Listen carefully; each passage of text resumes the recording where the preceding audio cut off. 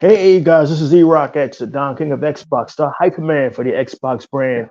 And the meanest man on YouTube, well, used to be on YouTube, or am I back? Who knows? All I know is this Sega Man, we are on Sega Man's channel, and this is a test run of the Exile podcast. It has been almost 6.5 months since the last Exile podcast.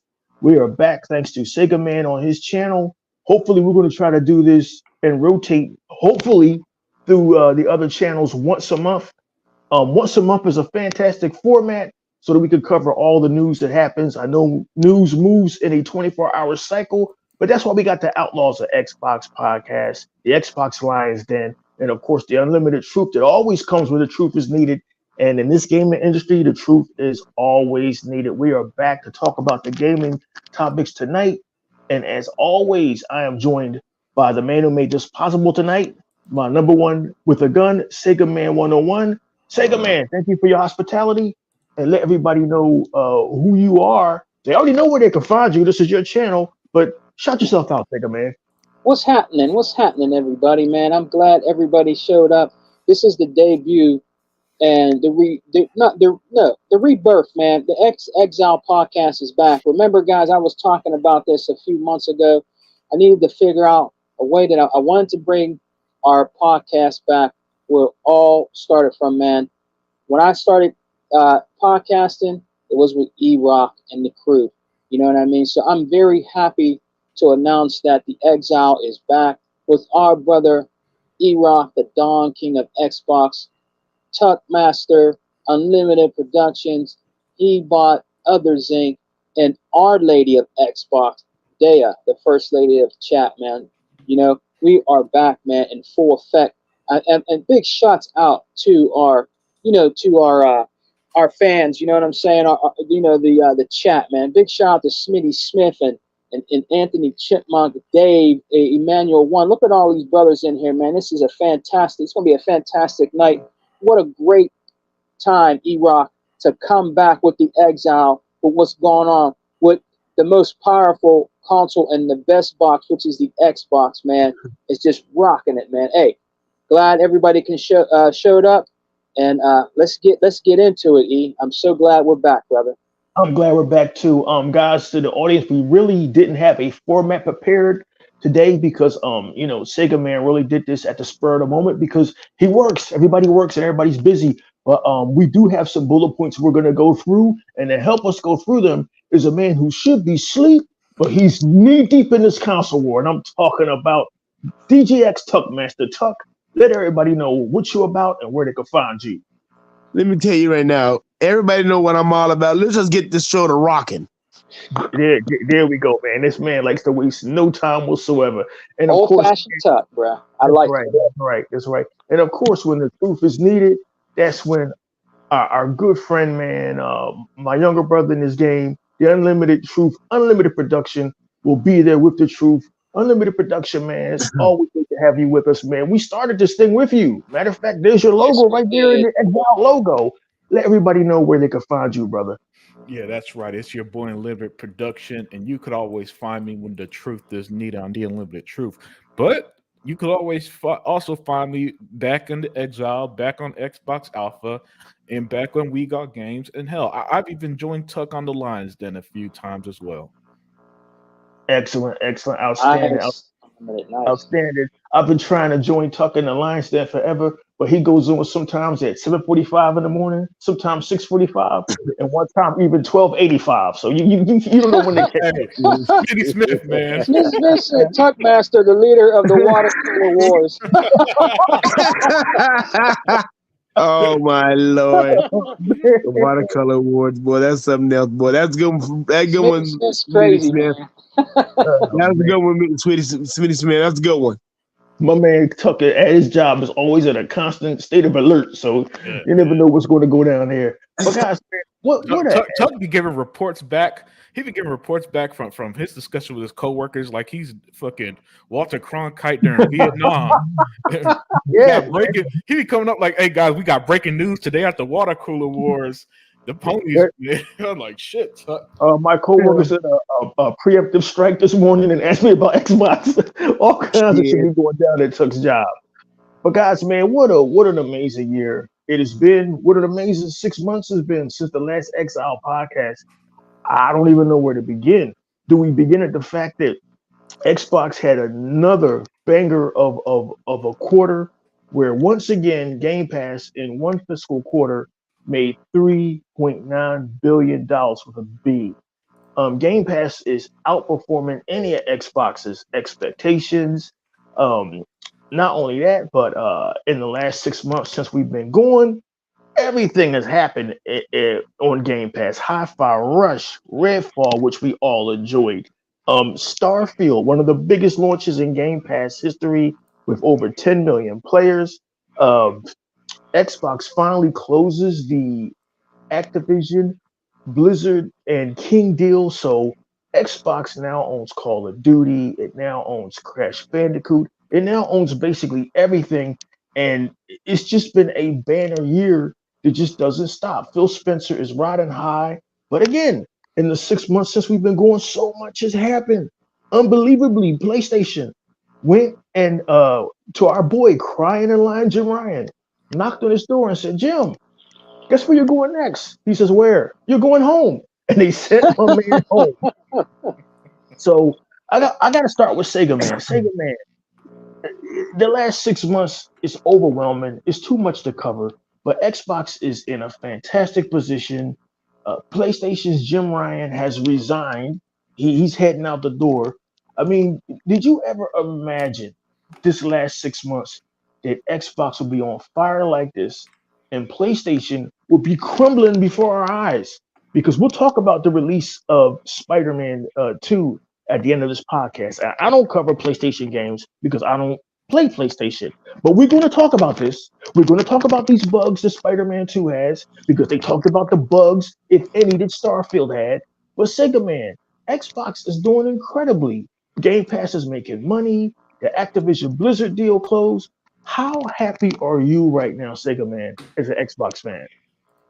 I had no doubt in my mind. Shout out to the chat. What's up, Zinc? Shout out to the chat, man. Hey, I had no doubt in my mind, E, that we were going to prevail, brother. Look, back in 2013, when all this shit was going on, E, I'm just going to keep it real. We had the better lineup of games, bro, in the beginning of this bullshit. We had the better lineup of games, right? They had bullshit. You know what I mean? We had Rise of the Rome, Sunset Overdrive, Forza Motorsports 5, Quantum Break. I mean, that first year, Xbox One was just amazing. And I think they had what was that game they had with that little fucking robot thing? It was like unbelievable. What is it? Yeah, there was something. There was some other game that they had. Knack. What is it? It was called Knack. Knack, yeah, Knack, and I think they had some horrible looking ass Godzilla game that was fucking terrible or some shit. That. Yeah, they did. Yeah, they did. I had no doubt in my mind. Look, we went through hell and back with these ponies bothering us, making us come out, sometimes making us mad and do shit we didn't wanted to do because we were just trying to, we're protecting our brand. We have every right. We have invested, all of us, Unlimited, everybody. We have invested a lot of money and time in the Xbox. We are highly invested in the ecosystem of Xbox, man. And I knew from day one, after they were starting all this shit, I was like, yeah, keep it going. Keep saying we don't have the most powerful console, the Frankenstein box, 720p, TV, Xbox got no games. You need to buy more studios. You need to do this, do that. When they were doing all that, what was Phil and company doing? Going to Maybe work. They got a point.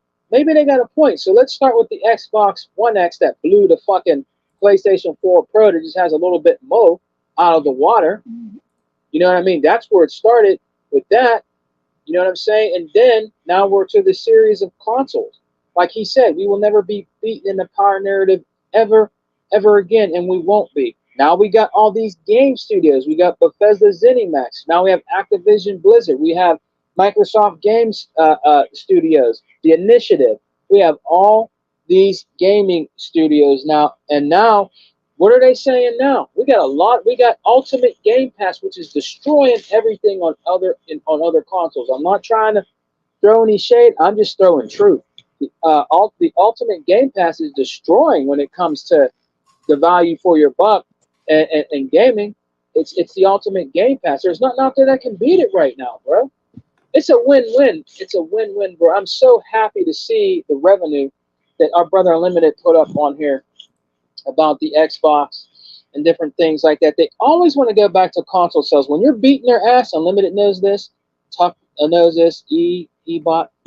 When you're beating their ass, when you go against them, it doesn't matter on any kind of podcast. What do they go? Show my screen. Big forehead. That nigga, big forehead. Show my screen. Show my screen. Put up my screen. Look how many consoles we sell. We do. They always go back to the console sales when they know their asses are getting, beaten. When you go up against them, they always go back to saying, well, at least PlayStation sold way more than Xbox. It always goes back to how many consoles they sold all the time because they don't have nothing. They don't have nothing, man. You know what I mean? They always go back to that. How many times have we preached, guys? And then I'm gonna land my plane, let my brothers go. It doesn't goddamn matter how many consoles that Sony sells. That does not mean nothing. It doesn't. It's the software that means something. It's not the consoles. You take a loss with the consoles. It's not how many consoles you got out there, big baby. It's how many games and the software you got out there. And Xbox is a software, and Microsoft is a software company. So we know that if they really wanted to, they can bury Sony's ass with the quickness right now if they really wanted to. If they had that Don Matrick mentality, they would have already been gone a long time ago. They would have been gone a long time ago, man. So I land my plane on that, Brother E. You know what I'm saying? I knew we were going to win. I knew we were going to win. It is Xbox's time, and I don't see nothing. I don't see nothing going wrong, man. From here, guys, we're just taking off, bro. Hey, Smitty Smith, man. I'm telling you, man, they firing more people at Sony than get fired at Waffle House. It's going down, dog. It's just crazy Yeah. over there, man. And David Cohen put up a comment saying how that's the lunacy over there. David Cohen, the lunacy over there is Amazing Luke is saying how he wanted Phil Spencer to get fired for not making Call of Duty exclusive to Xbox. And it's like, dude, he threw you a bone. Amazing Lucas, y'all should be thanking him. Y'all should be on your knees thanking this dude for throwing y'all a bone and letting y'all keep Call of Duty. But David Cohen, that's the lunacy over there, man. That's a weird bunch of dudes, man, over there. But Tuck, are you still with us? Yeah, Tuck, he'll just duck out, man. It's old fashioned, bro. Old fashioned Exile. You know how Tuck ducking out, bro. No, I'm with you, fella. I'm with you. You with us? All right. I'm with you. Tuck, man, listen. What 6 months has been since the last Exile podcast? I believe in March or whatever, or April. Since I've been shadow banned out of nowhere by the YouTube gods. But Sega Man just went straight. He just went straight P Diddy and was like, "Yo, man, he can't stop us." But anyway, can't stop, won't stop. Anyway, E-Rock ain't going nowhere. He ain't going nowhere. And now we got an appearance by Tuck Puppies. Guys, it's good to be back. The dogs are barking. Okay, I'm back, fella. I'm back. Tuck Dixon dig out his way when he's called upon. No, I'm okay, y'all. Hey, but to tell you the truth, I'm gonna lead on something that Tuck, man, go get yourself one of them handbag sandwiches so we can hear you munching on stream too. You know what? I'm thinking about doing that too, boy. I'm thinking about going back to doing that. Hey, man, you got to get yourself a cup of ice from Rollo's Groovy Grab Bag, nigga. That's what you got to do. Because when he used to first start it out, he used to chump the ice. Remember that, guys? Yeah, I remember that. I remember it like it was yesterday. So Tuck, I want to set you up, man. In 6 months, man, Xbox has just had banger after banger coming to the Game Pass. Starfield is the biggest launch in Game Pass history. Xbox is making revenue out the ass off of Game Pass. Um, we see crying at Lion Jim Ryan is exiting PlayStation after failing to stop the Activision Blizzard deal. And if you, as you look on the screen, man, and thanks to our tech man Unlimited Production for coming through in the clutch, PlayStation could really use a gaming CEO like Phil Spencer. Tuck, like what is going on, man? Like, did you expect Xbox to be killing it like this? And if you are a PlayStation dude, what are you thinking right now? I just to pivot to this because we have to touch on this right here. What are your thoughts on Xbox's success and the exit of your boy Jim Ryan over at PlayStation? Okay, well, for number one, let me tell you right now, what the heck Microsoft and Xbox did for the gaming, I mean, for us, for gamers, it's just a miracle. I mean, man, you cannot complain about what Microsoft is doing. They're over there trying to save gaming, and that's one thing that people don't understand. They're trying to save gaming. They're not trying to destroy it. They're trying to save it because look how many we lost too many damn studios in the last generation.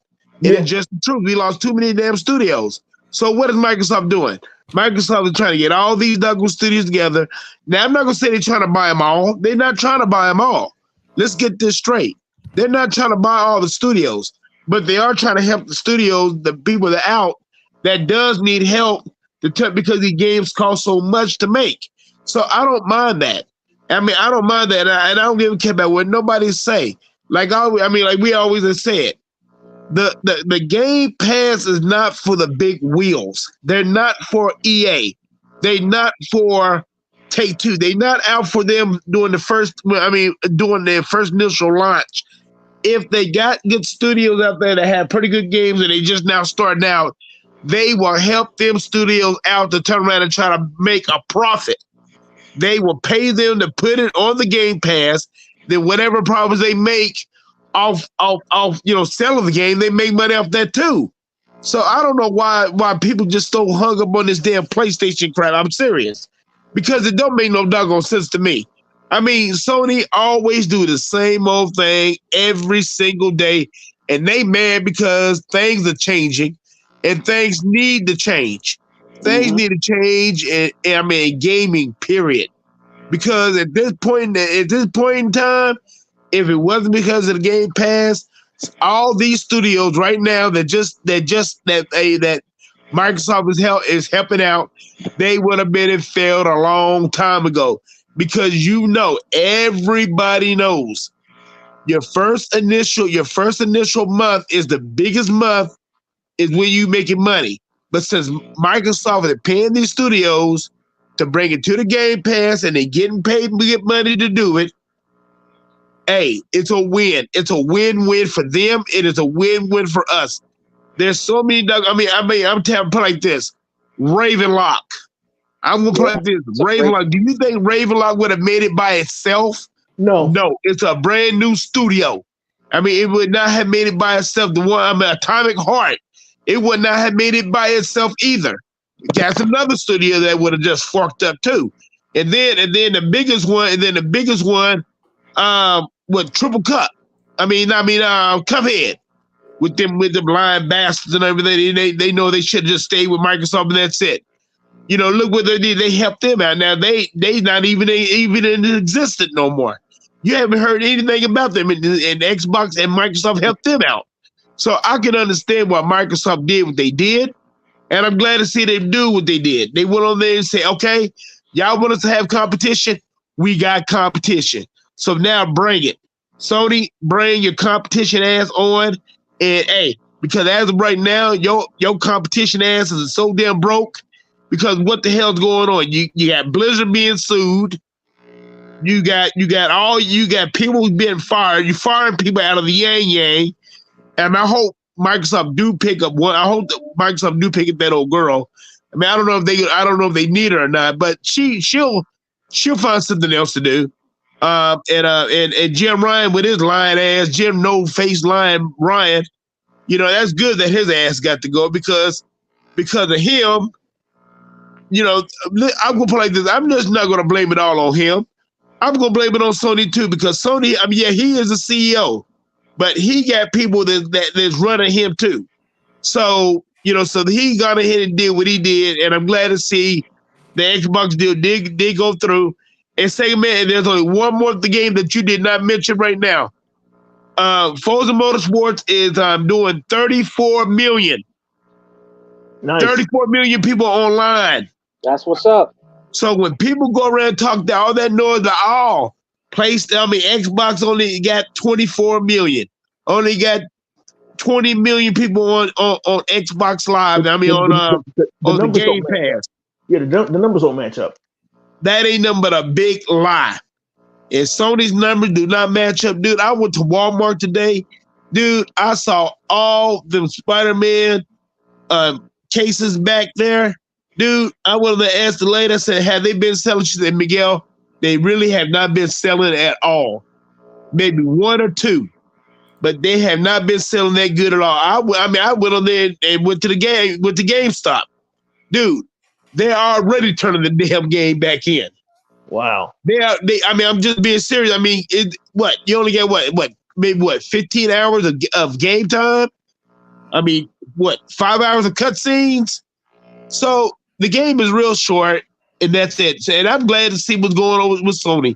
Sony need to have their ass kicked, and Zomniac too. Wherever that damn new studio's name is, they need to have their ass kicked too.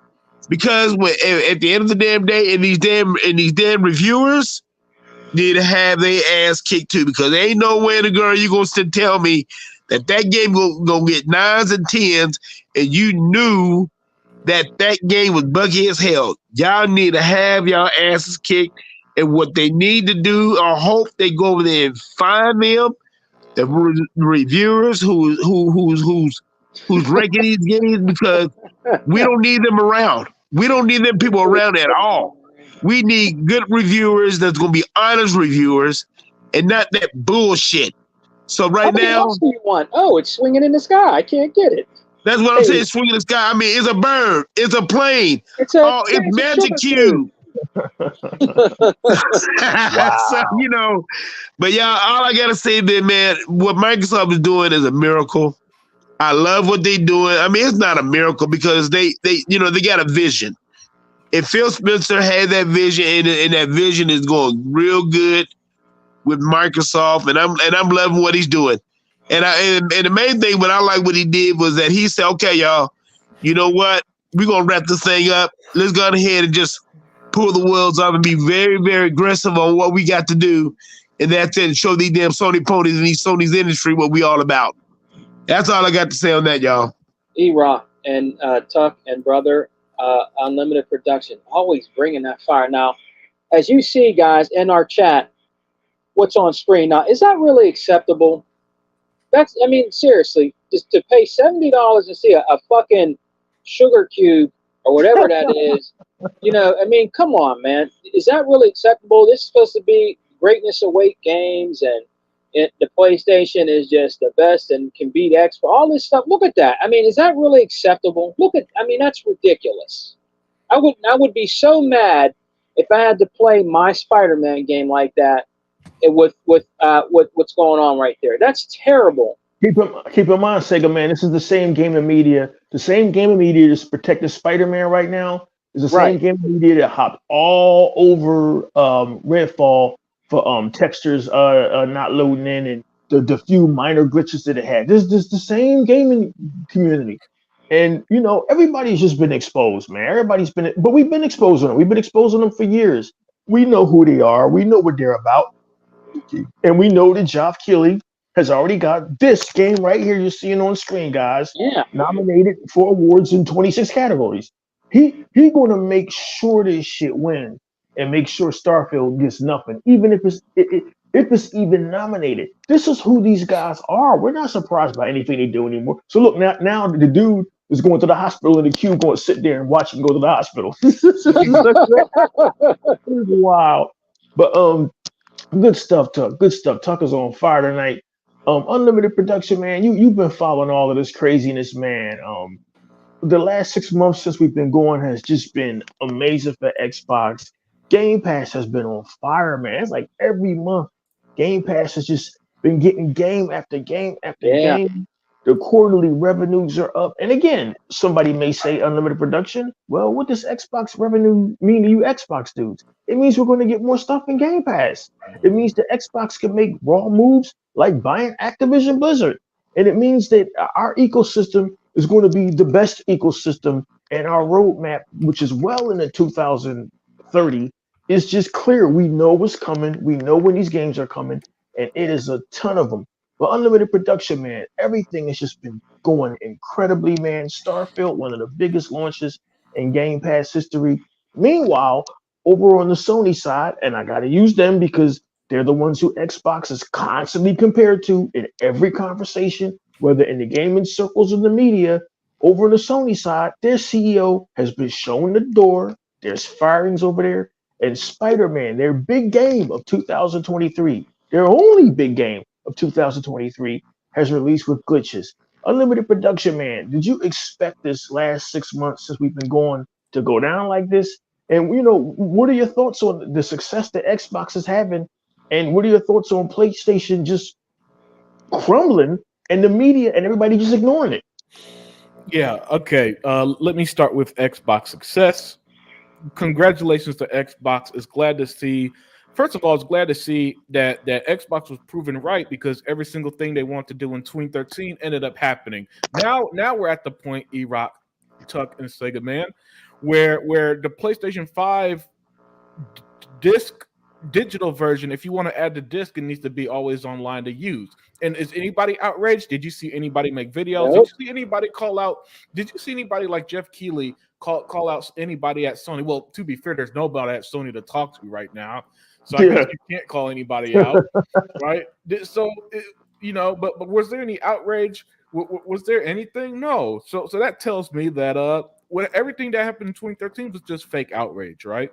Mm-hmm. Every single thing. I mean, we've even come full circle to the point that their own console needs to be always online for that, right? And all that. So Xbox success is congratulations. We've been saying it for the last 3 years now. And as you see on screen, their best years have been since the start of this generation. And I'm talking about from fiscal year 2021 and forward. They're far superior to the previous years. This isn't just like a tiny jump. This is literally going from 11 billion to 15 billion in 1 year. And then since then, that's where they've been having record profits, record subscription services with Game Pass. Every first party game that releases on Xbox now is that company's biggest release. Right, so that's what we're seeing. It's to the point where even Bethesda, whose previous games were on other platforms, their biggest release in company history was an Xbox exclusive, thanks to Game Pass, and people were buying up like hotcakes. Because again, Sarah Braun said this 3 years ago, and y'all called her a liar. Xbox subscribers buy and play more games than non-Game Pass subscribers, and then for the last few years, we've come to find out about 75% of current gen owners, if you own an Xbox Series S or X, there is a 75% chance you're a Game Pass subscriber. So that means that the numbers are literally backing up what they said. More people on Xbox are buying and playing more games than ever, thanks to the accessibility of Game Pass and Game Pass having all these benefits, constant sales. Like if you're subscribed, games are like 20% off or something naturally, and that doesn't even change the fact that if you go to Xbox Store right now, you can find a sale, an October sale or horror sale, usually at this time of year. The next month we're going to get the Black Friday sales, then the Christmas end of the year sales and all that, right? So the point is that I am not surprised by their success. I'm just welcoming it with open arms and embracing it and enjoying it, because this is well deserved. This was a company under Phil Spencer that had a vision, and even though people, and I still remember guys like Crack Gamer saying nonsense like, why would I play your exclusives for free when I'm paying $70 and I'll play that first? Well, that turned out to be a fucking lie, because literally everybody plays these games on Game Pass first, and it's kind of weird. It's almost like they realize video games are expensive, especially brand new day one, and that not everybody could afford to pay $60-$70 for every fucking day one game anymore, right? Right. So Game Pass we saw slowly and surely saw how they changed the game, right? How Xbox has changed the game. They changed the measurement of success. They changed the way we see success. They changed the way we interact with our games. Xbox has been so successful, specifically this generation. We don't even talk about buying studios. We talk about buying publishers.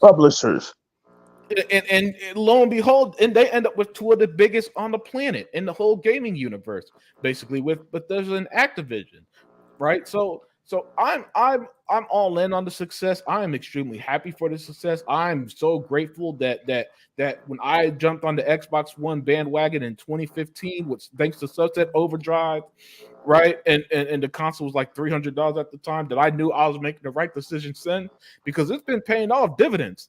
You know, I've got the largest gaming collection I've ever had in my lifetime. Wow.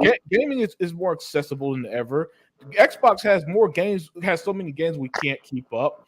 You know what I'm saying? So the success was for those who kind of saw it. And here's the thing: we even a lot of us, even we didn't see this level of success, because not a single person predicted Xbox getting Bethesda in 2020.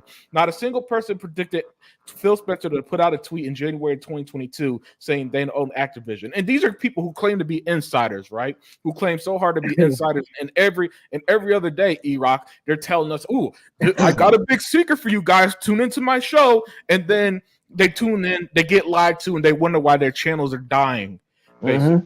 You know, so Xbox, congratulations. Keep on the success. I can't wait until this holiday season is their best holiday season ever. I can't wait until Avowed is Obsidian's biggest release ever. I can't wait until Hellblade 2 is Ninja Theory's biggest release ever. You know, and all the while, the other side, they're gonna cry, they're gonna bitch, they're gonna moan, but they already came to same realization we did, E-Rock. There's nothing they can do. There's nothing Sony could do. Spider-Man had zero effect on Xbox whatsoever, right?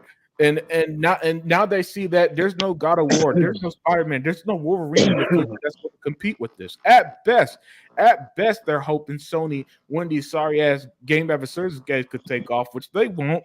And maybe, just maybe, they have something that, as Zink would say, brings in consistent revenue for that brand.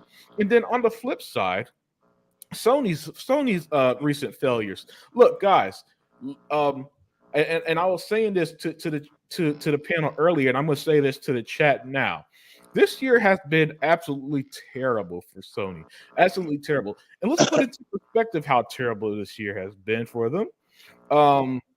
Let's see. Forgotten debuted in February and went away faster than any flop I've seen in history. In less than a month, that Square Enix shut down the studio who made Forspoken, Forgotten. They've had multiple studios laid off. They shut down Sony in Japan. Jim Ryan has been fired. Connie Booth has been fired. The Last of Us faction was canceled. They got no games. Listen, what is your roadmap? Sony don't even have a roadmap that y'all used to bitch about to Xbox 5 years ago. And PlayStation, as we know, it makes the least amount of profit as in terms of the big console makers. And that's just the shit that they failed at. But here's what's crazy.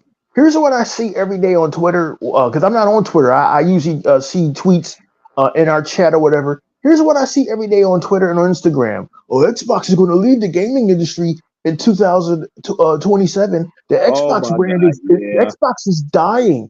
What's Xbox's answer to Spider-Man? And my question on limited production and guys is, what alternate reality are you living in when your CEO just resigns and your biggest game has bugs, and the nearest competitor that you always talk about is making billions of dollars? What unlimited? What bizarre world are these dudes living in?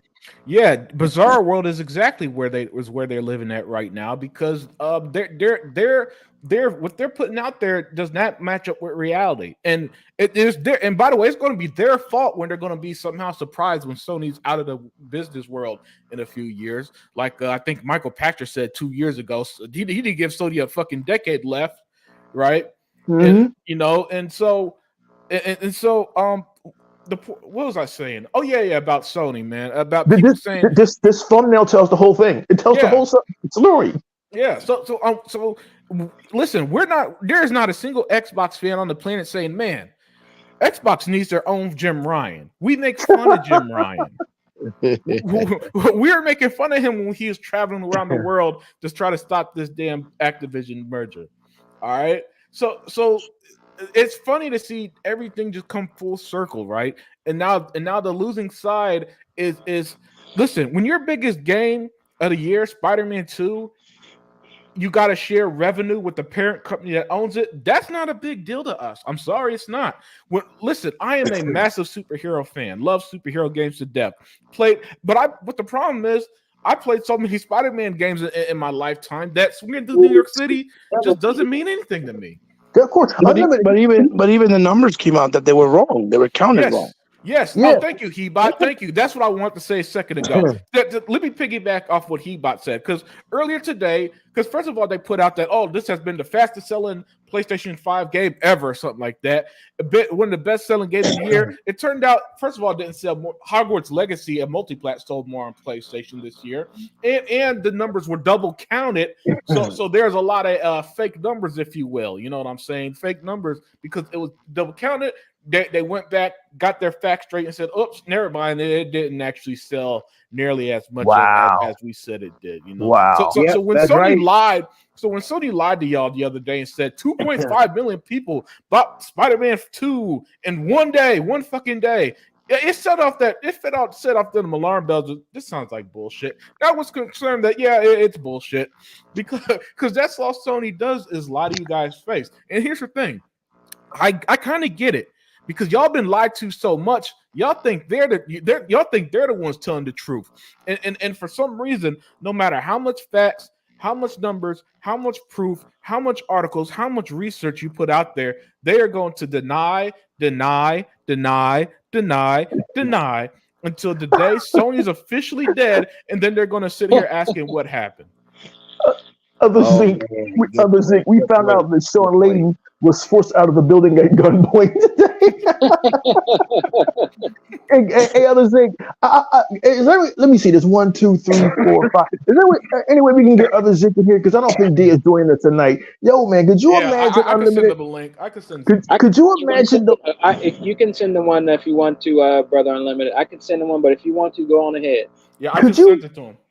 And then we're going to segue to Hebot. Can you imagine those meetings at Sony's headquarters, looking at Xbox's revenue, and they bring Sean Layden and Jim Ryan in there and like, look, listen, guys, you have wasted jet fuel, you have wasted frequent flyer miles trying to stop this acquisition, and Spider-Man is buggy. They knew Spider-Man was buggy before it released because you have what's called game testers who test these games, so they knew this shit was buggy before it released. So they just told them dudes, man, to pack their bags. And for all you guys who were saying, Phil Spencer, Uncle Phil, Phil Spencer's a failure, what are y'all saying now? Hebot, what are they saying now? It's literally on screen what they're saying now. Sony needs their own Phil Spencer. Boom, boom, boom. Hebot, in the last 6 months since the Exile podcast has been going, it was Sega Man's idea to bring this back impromptu, so we didn't really have a format. But there's so much news that we didn't need a format. Hebot, it's just been so much going on with Starfield being the biggest launch in Game Pass history. Xbox Game Pass just killing it in revenue. The quarterly reports came out. Game after game is in Game Pass. Xbox is on fire. The closure of the Activision Blizzard deal. And now Jim Ryan is leaving PlayStation. Hebot, did you imagine all of this going down? And now the icing on the cake, Spider-Man is a buggy mess. Did you imagine all of this, bro? Did we lose Hebot? Hold on, let me see. Hold on. Yep, we did. I'm getting him back in right now. He probably heard you, so yeah, let me get him back in real quick. Yeah. What's up? Here we go. Go ahead, E-Rock. Hebot, the last 6 months, everything has gone down. This has been incredible. Xbox is on fire. Starfield, biggest game in Game Pass history. Revenues are up. Activision Blizzard deal closed. And now Jim Ryan is exiting PlayStation. Did you ever expect any of this to go down, bro? Well, I mean, I've been saying for a long time that there that the Sony downfall was imminent in due time because of the mistakes and the things that you've seen, how they've been moving themselves, decision making, and stuff that they continue, like, the fact that they continue to make their games with the same exact structure, right? But yet they won't fix their online ecosystem. For example, right? Knowing that online is a big part of gaming now, and we all know now that it's a big part of their gaming factor because Call of Duty is one of the biggest, if not the biggest selling game on their platform, right? So we Yep. know Call of Duty is heavy on online also, right? And the fact that they just have been ignoring the whole time, the whole situation, things like this was basically showing us little by little. I said it was just a matter of time. I mentioned this years ago before we started the Exile, on DirectX, things like that. And even when we Mm-hmm. did other podcasts like Minds and stuff of that, and things like that. Like when we did Microbox of X's Mm-hmm. podcast, I've always said it was Always. only going to be a matter of time because the movement and how they keep doing, and it comes from their arrogance, which they've had for years. They never Mm-hmm. stopped with their arrogance, right? Like doing shit like that, like saying, "Oh, we got these sales numbers," and then later on, be like, "Oh no, that's not the sales."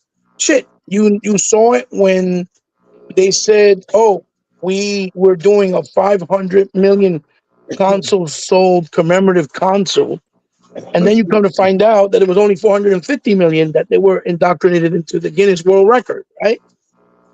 But yet they said it was 500 million. So I guess the other 50 million consoles just vanished. They don't exist, right? We're going to ignore that. Believe So none of what when you they hear started, and half of what you see. That's what we've always said about Sony and PlayStation. right, and the more you saw things like that, right? Like the failure of VR, and yet they still made a VR 2. It came out, failed again. Then you started seeing all types of people from Jack Trenton, Andrew House, and the Andrew Boys, A Sean revolving Layden, door. Owada, all All of them. while Phil was there. A revolving door. Ken Kutaragi, all of them leaving or stepping down or demoting themselves, right? So when things like this happen, it means things are not as good as you may think in house, right? Mm-hmm. Then you really started to see it when you saw that the numbers weren't being talked about anymore. God of War was the last numbers they talked about. And even then, God of War only sold, I think it was 4.5 million units in the first week of release or 2 weeks. And it was a cross gen game. So even though it was cross gen game, their number one game, that was so called game of the year, the GOAT that they had, right? You're Mm-hmm. telling me that the most anticipated sequel that everybody was waiting for, right, came Capping. out and it didn't even manage to sell more, even though it was cross gen. You see what I'm saying? Yeah. Mm-hmm. That right there Yeah. tells you that people were not falling and feeding into the bullshit because when they saw the game and they realized, God damn, this game feels more like a DLC than an actual sequel, right? That's why they started to realize, and most people started to not really buy their games. GTA came out, GT Sport. You saw it was minimalistic, and then we saw that it was always online required. And Mm-hmm. and what happened? The game didn't even have damage. It didn't sell, right? Horizon Zero Dawn, it was nothing but a boring fucking hot couple mess like the first one, which I've been said it, and then Unlimited said it after he tried it himself. He's like, "Yo, you were right. That shit is a fucking snore fest." And then the sequel came out, and it was just it was just more of the same, right? And With woke. some minimal improvements. All of these factors were indicative, right, of what is coming. I just didn't think, right, that it was going to happen faster than what is seems to be happening because now we're hearing that internally, a bunch of the people that have been there since the beginning, 40 years, 30 years, are being fired without notification Wow. because Jim Ryan's incentive or his last request was that the future of gaming is gas games, games as a service, right? And they want that because it's continuous revenue, like unlimited or others they always say. It's continuous income, which we always said it, right? That's why Mm-hmm. Microsoft does those games as well as others because it's worked for them. But the difference is Microsoft is just not focusing on games as a service. Microsoft also does other stuff. Shit, they're the first ones to try to really push RTS on consoles. Well, us growing up, RTS was just something that you would hear about in the PC space. Yeah. Most PC gamers were the ones that like RTS. You barely even saw anyone playing those on console. So the fact that they gave that option means that they were embracing all genres and making the Xbox ecosystem or the console more attractive. Where more people are like, oh, damn, you can play this here too? Wait, you can play that here? You know what I'm saying? Even Mm-hmm. as something as trivial and minimalistic as gamers buying and playing the game twice just to double dip on achievements. They'll play it on PC and they'll play it on the console. Because believe it or not, people do that. There's gamers that do that, right? So even something as simple as that is attracting people over because they can play the game both places and achieve achievements, right? So now we find out, Jim Ryan's also leaving right after all the debacle from them trying to be, wise guys when they went to the court, making up stories, trying to suicide the deal, but of Microsoft and the acquisition of Activision. But the really thing that people need to talk about more, which they don't point out, and this is what irks me, is how now all of a sudden, right? All of a sudden, now you hear all the loudmouths, right? The ones that were the loudest, including the media that were the loudest. What they're trying to say Yep. now is we need to concentrate on games. We need to stop all this console war bullshit. Oh, Now they want to act. now that y'all lose, you don't want to stop the console Yeah, war. yeah, yeah. Now it's, oh, console wars is stupid. I don't know. You Xbox guys need to grow up because now we're giving them that word and they can't handle it. But from 2013, and even before that, because during the Xbox OG, they tried to start that shit. During 360, they were still loud. PS3 is going to be way more powerful. All that bullshit. It's just, we only experienced it because we did it in person. There was no social, but it was still there, right? The thing with social is it's made it more broad, so way more casuals come in and talk Mm-hmm. like they know something when they don't, right? Mm-hmm. And have a voice. But in order for you to have a voice, you also have to have responsibility, meaning know what you're talking about and don't spread what you think is real without doing your research. And it's easy because Unlimited could type up in 3 seconds something and he always shows that you can find it, right? Which is proof that you can research it and find out the truth. They just don't care because they want to believe what they want to believe. So what really bothers me is how you see now people like, you know, um, Jeff Grubbs, Dick Politassi, right? Mm-hmm. Kotaku, IGN, Ryan McShifrey over there at IGN, right? The fake Mm-hmm. Xbox dude, Yeah. Shaggy, aka Shaggy, right? Mm-hmm. And all these other clowns that for the entire time that in 2023 they were like, "Yo, how do you find the save on the Xbox? Uh, I can't even find the save button feature." Or they were like, "Yo, they're spying on us." Yet everybody was doing porno and shit on the PS fucking 4, right? Mm-hmm. Never saw that on the Xbox, but they were spying on us, right? Then you heard shit like, "Oh my God, look at the brick, it's so big. This is so annoying." When the brick was there, because we all know Microsoft suffered a big financial occurrence with the Red Rings of Death, which they spent $3 billion to repair. Yeah. Something that they don't want to go through again. So they were playing it safe and smart, which makes 1,000% sense. And they put it there to protect the console in case of a power surge, in case of it overheating, and that's what they did. Only to make it even more diverse by doing a slim model just 3 years, 4 years later, and taking it out, building it in with a technology that will still protect it, even though it's built in. And it was more sleek, streamlined, and slick, right? or when we would hear shit like, "Oh, this ain't gaming." Gaming, you don't. They're forcing you to use the Connect. That's not gaming. But when you see people playing Spider-Man 2, lifting up their hands in the air because you can lift up your hands when you see Mary Jane and Peter Parker in a roller coaster riding, so that it can feel like you're on that roller coaster. Whee! Right? That's innovation. That's cute. But when it was Connect, that real innovation, that wasn't cute. Right? You see what I'm saying? So what you're seeing is the results of their own arrogance. What you're seeing is the result of their own stupidity. What you're seeing is the result of bad management, bad money handling, bad, you know, peripheral investing.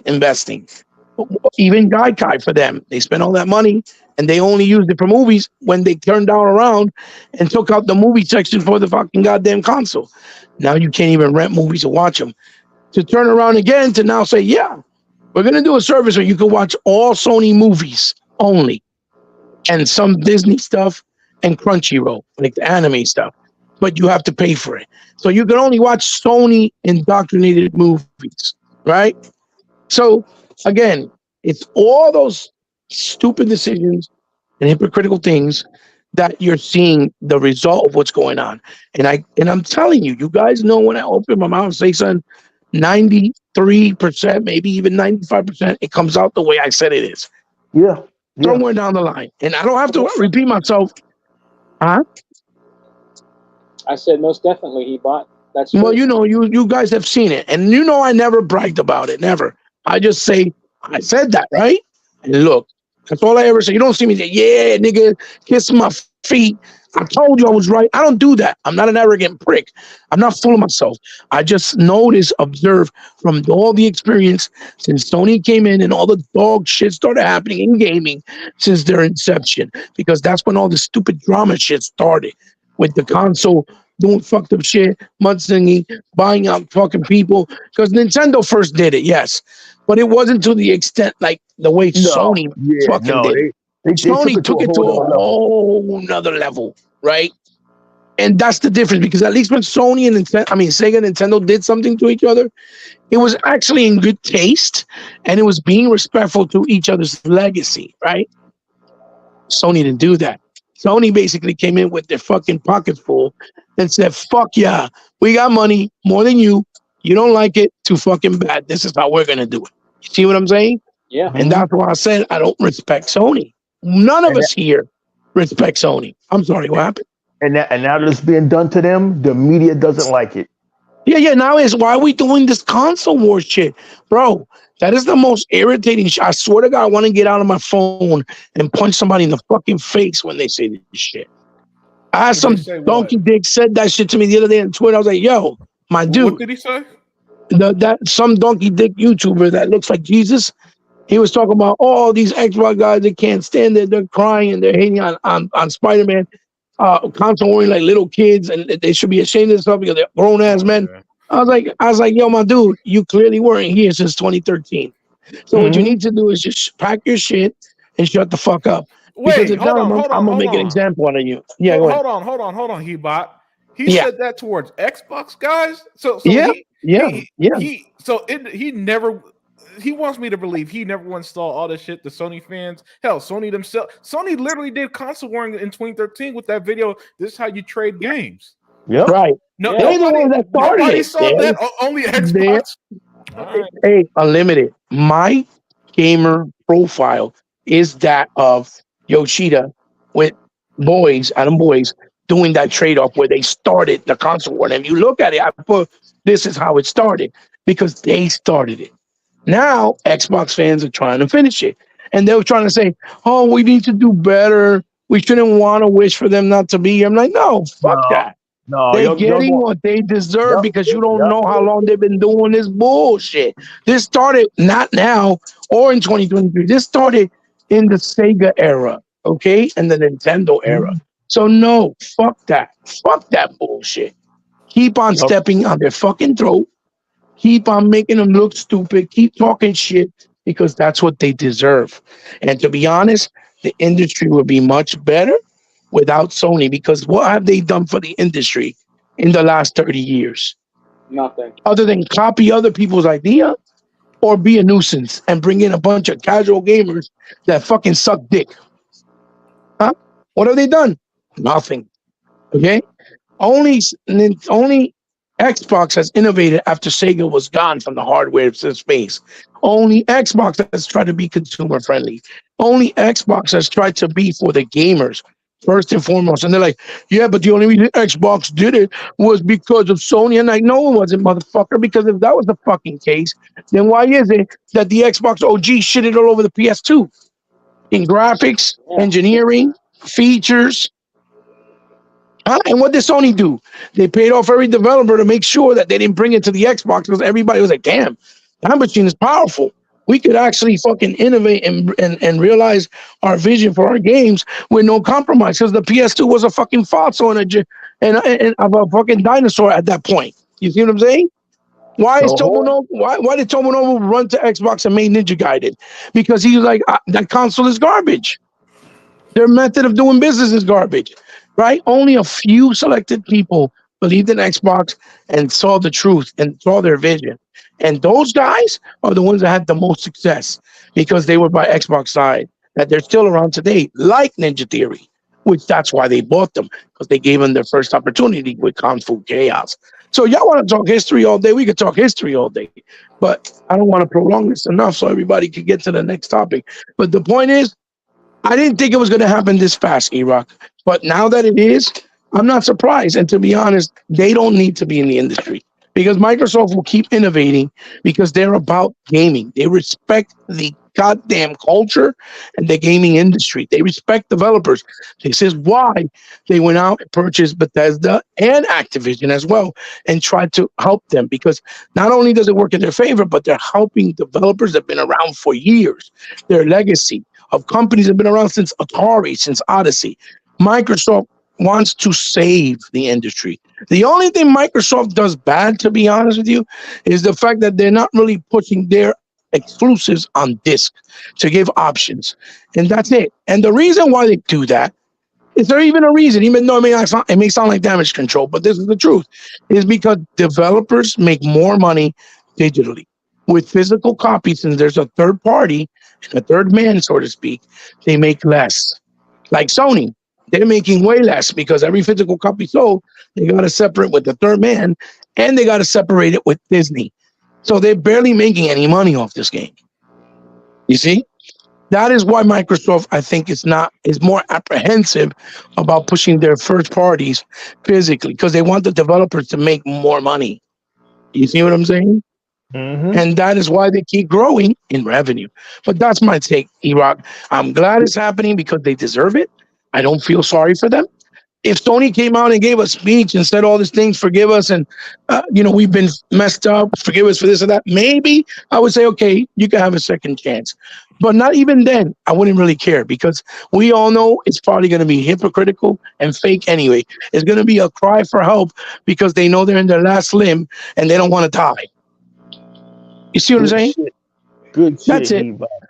Good stuff, Heba. You already in the fire. Man, Hey, our first lady of Xbox is here. yeah, I'm about to introduce her in a second. I just want to address Smitty Smith's comment. Hey, Smitty Smith, man, that sounds like a song by Jerry Lee Lewis. Man, there's a whole lot of mismanagement going on. There's a whole lot of mismanagement going on over at Sony. The first lady of chat, Dia, has joined us. Dia, it's been about 6 months since the last Exile podcast. I don't know if you were with us or a part of it, but Sega Man decided to bring this back and do an impromptu Exile podcast. We're going to try to do this on rotating channels once a month.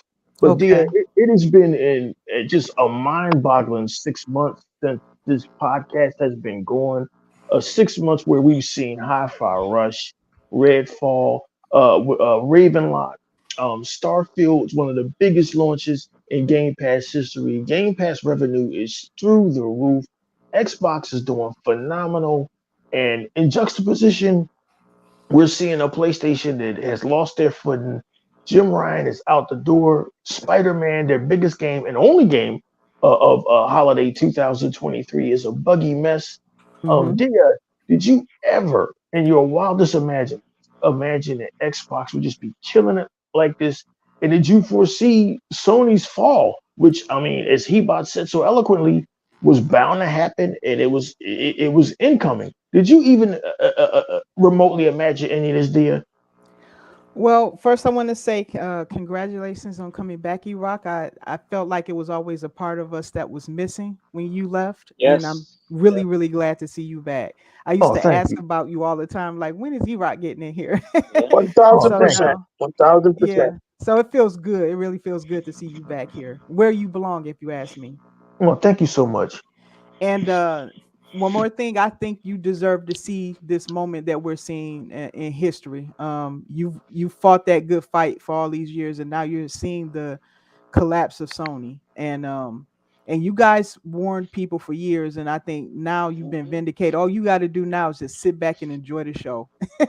Victory lap, as Unlimited always says. Exactly.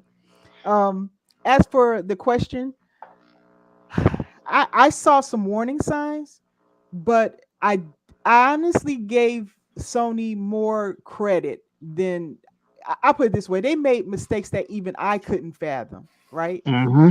They did things that they were so slow. They've been so slow to learn that I'm really surprised. It's like they almost forgot Xbox existed. For instance, Xbox went through, they're probably the only company that I'm aware of in gaming that went through this particular problem where they were they had, very little first party, but they Hmm. had, license out other people to come and make games for them, to make exclusives and make games for their platform. Mhm. And that was what was that the 360 when they did that? Was that the 360? That was during the 360 and the Xbox One era, and Okay. it came to bite us in the ass when what was that game with the dragon got canceled that everybody made a big deal about? It bit us in the Scalebound. it bit us in the ass when Scalebound got Scalebound. Yeah, canceled yeah. and Ori and the Blind Forest developer and Cuphead's developer wanted to go multi-plat. Okay, so what I learned about that, I wasn't sure about what generation that was in. So thank you. What I learned is that Microsoft forever remembered what they went through that hard ordeal. They realized that people that might have seemed like their business friends weren't really their business friends. And I know business is business, but Microsoft, they do remember when they have friends in the industry, if you know what I mean. Preach. That's remembered, okay? And you even see that, like, let's take Phil Spencer. He remembers those people who've been there for him. And I noticed that that's the reason why I think it's easy for him to lend a hand when they are in need. I honestly believe that what happened with Ubisoft is one of those things. Ubisoft and Microsoft had already worked out Ubisoft Plus coming to Game Pass and all this stuff. They had to work some out because Xbox, unlike PlayStation's version, with the I don't know what version they have, Microsoft wanted everything, the DLC, everything. So if you go through that with Ubisoft Plus, hooked up to the Hmm. Xbox, you get everything. You Hmm. offered everything, unlike with PlayStation Plus. So that's just how Microsoft likes to do things. But um what I'm trying to say is that they went through what it's like and how the industry can almost destroy you if you rely on them to that degree, and that you have to be self-sufficient. So instead of following after Sony, what Xbox did, they looked to Nintendo. I'm telling you now that Nintendo taught Xbox a lot of things, not just I them, believe but it. Netflix too. These are the two companies they learned the most from. Hmm. Netflix, because Netflix went through something similar when Disney pulled all their content off of their services, Damn, and she going for it. Go on, dear. and that's when Netflix started making they went hard. They made their own content here and there. Come on now, boo. Come on now. Every time you turn on Netflix, there's a new holiday movie or a new Christmas Exactly. movie, or they're just pushing out their own content free of Paramount Plus or anybody else. Exactly, and They, that is where they just the started doing. model. I'm sorry. Go ahead. Oh no, I was Unmute. just saying, man. Netflix just said, "Screw it, we're just gonna give deals to actual directors." So they got Guillermo Yes, del oh man del Del Toro. Toro. Del Yeah, Toro. Yeah. Guillermo Yeah, del Del Toro. Toro. They did one with homeboy who makes them good films, man. They did And, 3 with Martin Scorsese. Yeah, Martin. Thank you, wow. Martin Scorsese. Okay. That's it, man. Zach, not to get They, they, off track. Zack Snyder's movie is yeah, coming exclusively to get Netflix. yeah, Oh they get wow. money. They Okay. did deals with Zack Snyder, so they just said screw it. Let's just go to the source. And you know, Netflix had to get, there was a stigma at first about starring in movies and stuff like that and streaming services, but Netflix changed that whole Mhm, perception all around. So mhm. they did a lot of first in the industry, you know, and that's who Xbox decided to look to. They look to the best. Okay. Now, in the case of Nintendo, what they learned was that, hey, we want all our own IP to run our business. We don't want to use no third party licensing and all that. That's what they learned from Nintendo. So they took those two concepts, created Game Pass, and created a roadmap on how they were to move forward. Now, how does this tie to the Sony part of the question? Sony didn't pay attention to Xbox at all and didn't see the moves they were making and didn't learn from the mistakes that they had made. Instead, they sat back on what they were doing. They let the media talk them into believing that everything they were doing is right. They're still And to this day and that you're number one. right, and that what they're doing, no matter how detrimental it was, that they were doing the right thing. Hey, you're doing good, and to the point that they're protecting Sony at all costs. And this is what has really destroyed them. It's not that they made mistakes, because both companies have done that.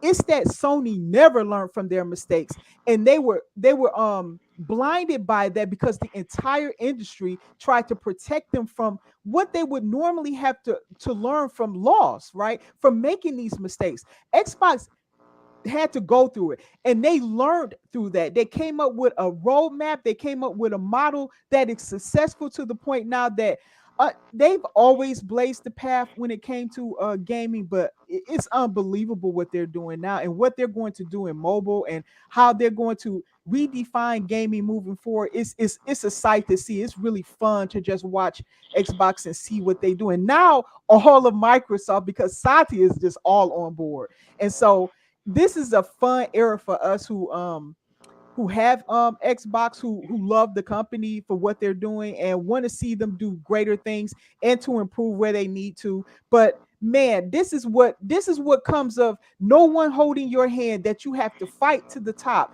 that you learn from the mistakes that you made in the past. Sony is a shell of themselves because they were overprotected.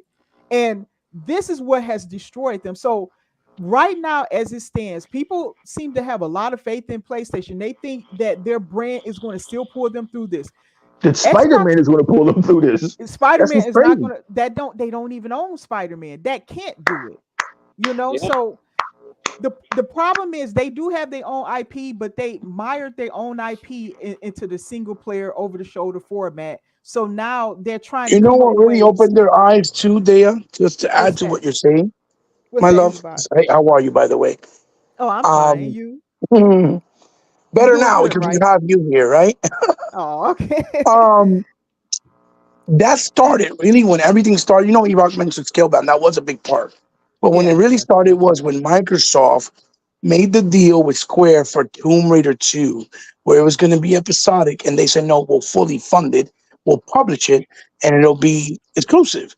But Mm-hmm. then Square Rise of the Enix Tomb didn't know Raider. how to keep they didn't know how to keep their fucking mouth shut and let it out that it was coming to PlayStation a year later.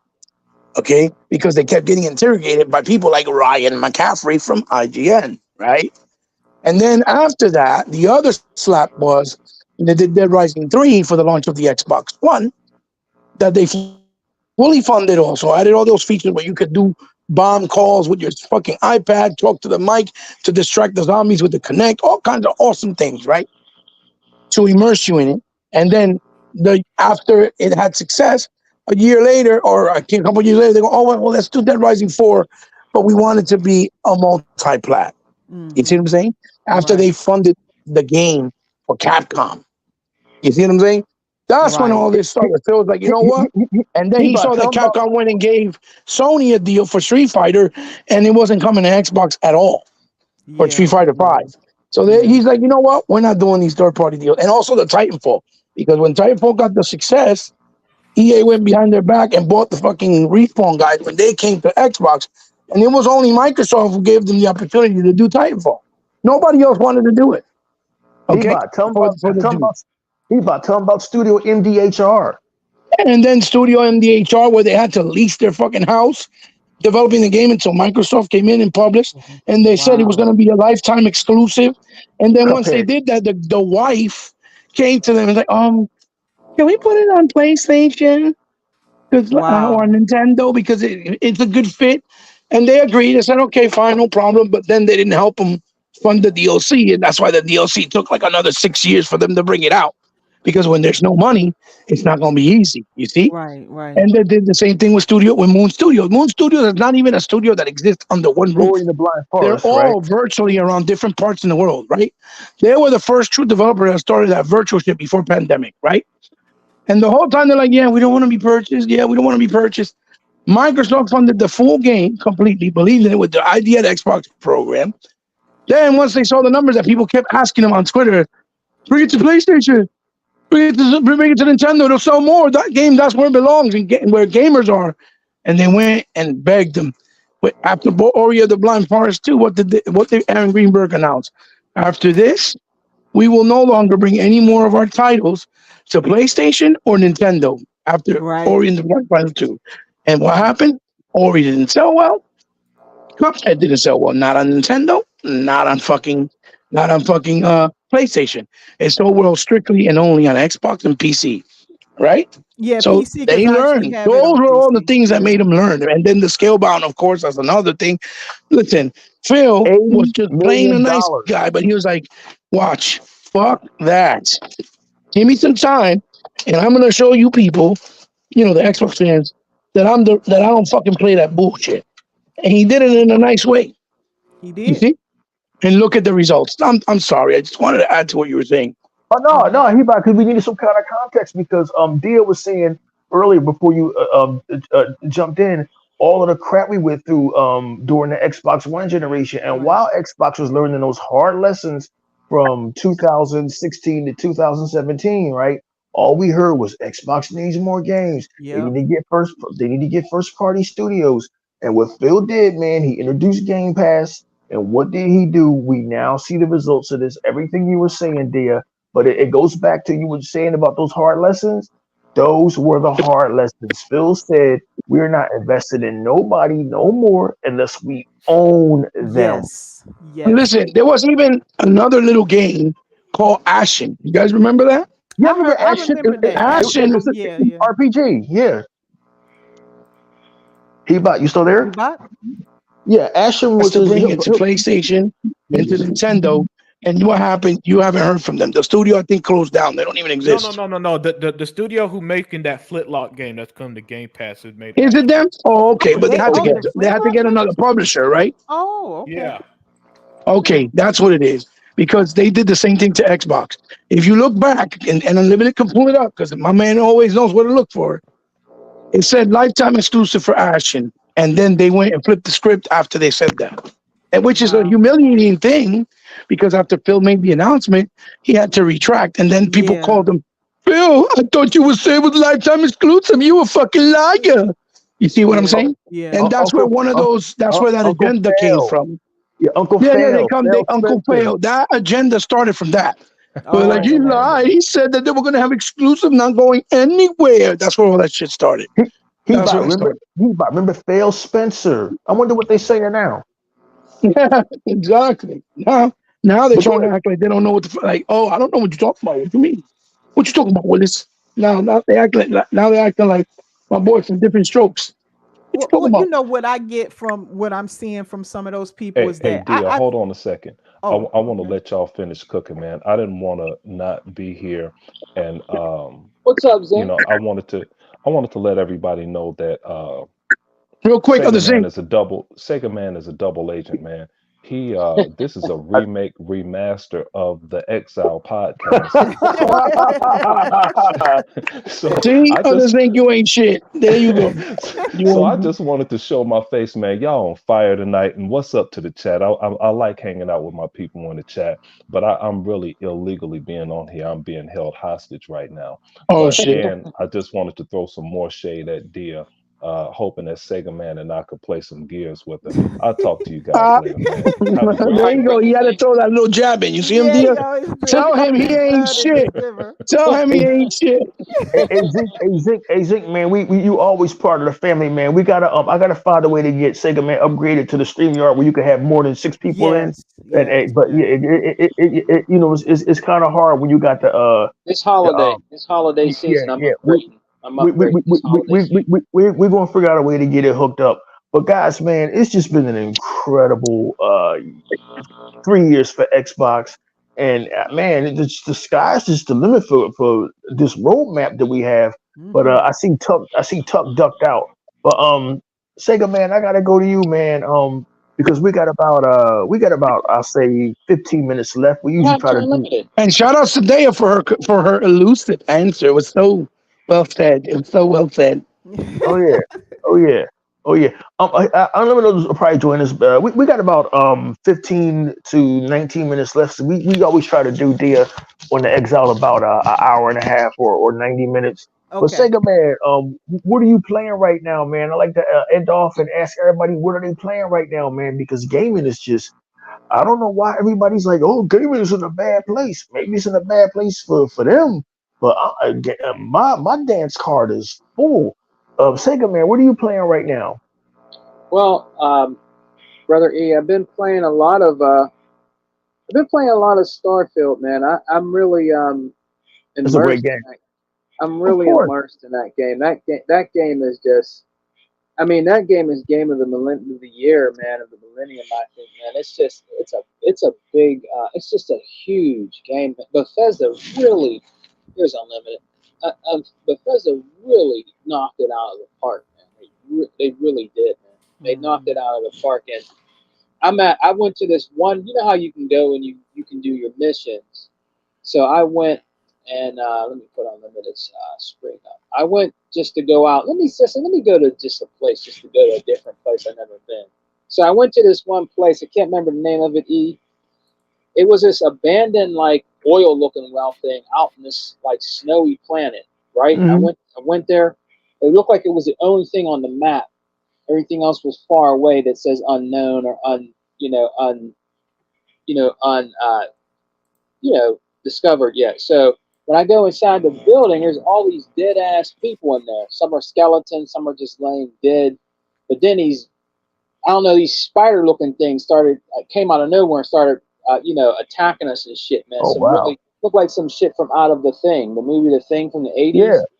You know what I mean? So, and I'm really enjoying Starfield, man. And then Forza Motorsport, man. So I go back and forth. It's when I'm done with Starfield, like it's right now, it's on quick resume. I'll go to Forza Motorsport and I'll start playing that again, man. So I think I'm going to be addicted to Starfield for a long time. Welcome I, to I, Bethesda. yeah, I know. Mhm. Yeah. I'm going to try other games. Don't get me wrong. I'm going to still play my Gears, my shoot 'em ups and stuff like that. But it's Starfield just pulled me all the way in E-Rock. It's phenomenal. And then I heard they got a DLC coming out. They do. Yeah. So it's so much to play over here. Like I always say, we're eating good over here, man. I've been saying that for how long now? Long time, bro. Long Long time. time, man. And it's fantastic, man. I see Hebot playing a lot of fantastic games. He put me down to a shooter. It's in black and white. I didn't buy it. I'm gonna buy it on Black Friday, and it looks kind of like a what's it called? Man, the one game that he just mentioned, Cuphead, Cuphead. like a Okay. Cuphead shooter, Yeah, but a it looks smart. like Cuphead, but it looks like E-Rock. It looks like an actual. I'm sorry, Sega man. I just Yeah, wanted to go ahead. explain to Tell him. me, Hebot. Yeah, tell me. You could see the gameplay in my channel. It's called Squad 51 versus Yeah. Aliens. Oh the yeah, I've alien seen invasion. that. Yeah, yeah, that looks It, good. Yeah. it looks straight up, even when you're playing, like you're watching a actual movie, but instead of being like Sony games that is cutscenes, it's you're playing it. You see what I'm saying? It looks I've seen really, it. really nice. Really, really Y- nice. And that Yes. game been in the works for a long ass time. Yeah. Completely forgot about it and it finally came out. So Wow. basically, Wow. brothers, that's what I've been playing. I'm really anticipating Hellblade 2. I think it's going to be a masterpiece for the Series X, the most powerful console, man, on the planet. I think that's going to be a showpiece for. I think we're going to really see, guys, what the Series X can really do, man. Like you seen with Gears 5. I ain't even, when you see Gears 6, that's going to be a fucking beast, bro, for the Series X. I mean, I just can't wait to see the upcoming games coming down the pipeline in the future, everybody. But that's what I've been playing recently. Oh yeah, and I've been trying the Sega game that came out, the samurai game that came out. It's like an open world. Sega Forever was talking about. I forgot the name of it. It just came on Game Pass.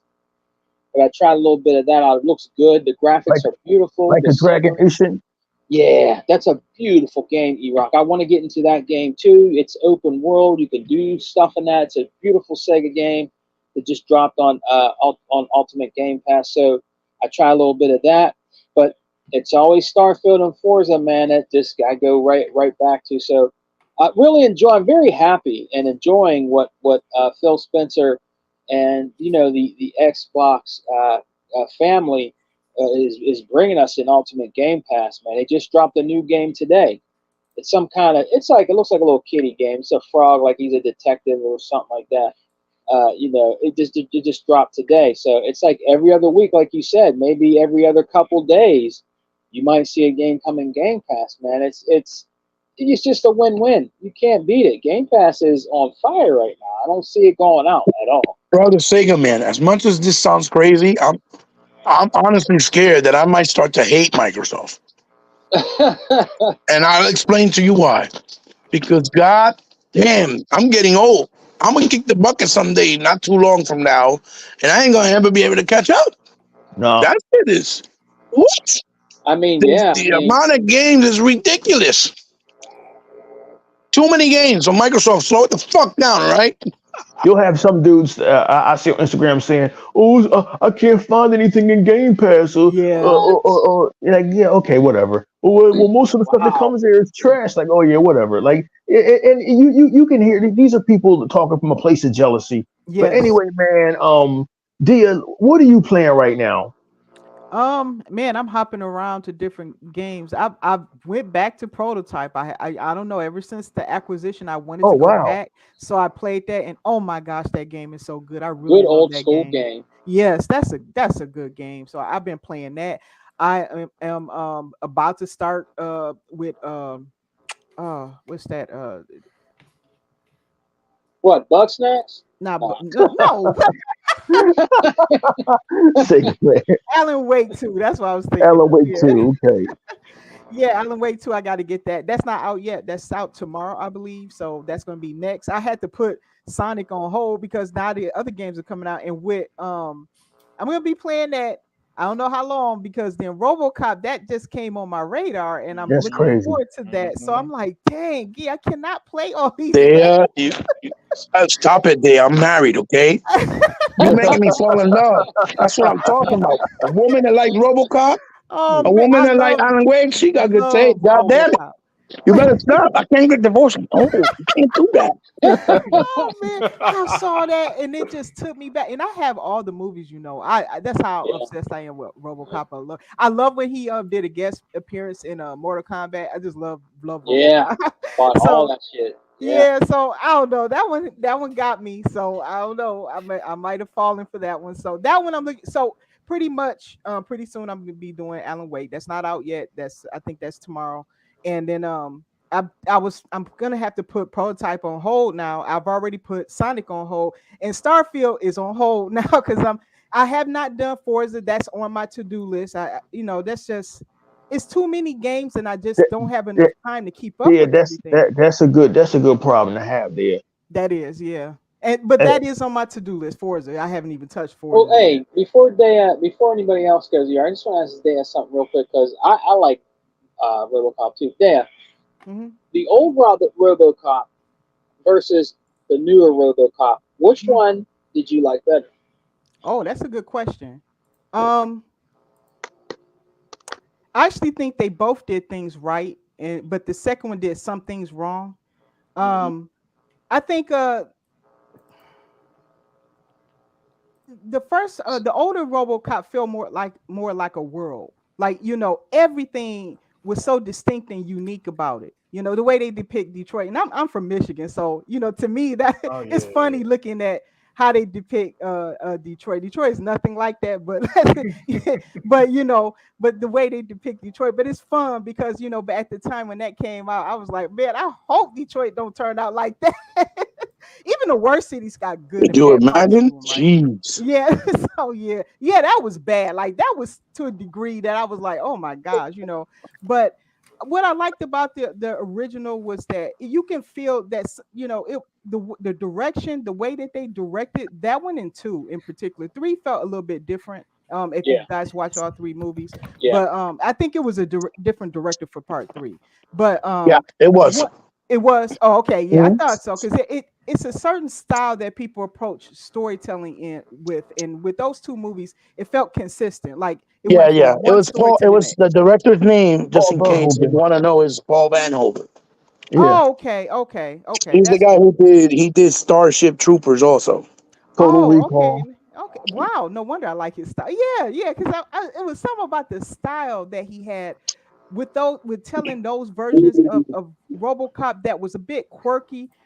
It had comedy in it, but at the same time, when it hit heavy. Like Serious when undertones, very, violence. Yeah, yeah. very much so. Because like when Alex Murphy, I don't know, this is a spoiler, but the movie is very old at this point. But when Alex Murphy's body gets destroyed, that was probably and still is for me one of the hardest things I ever saw in cinema.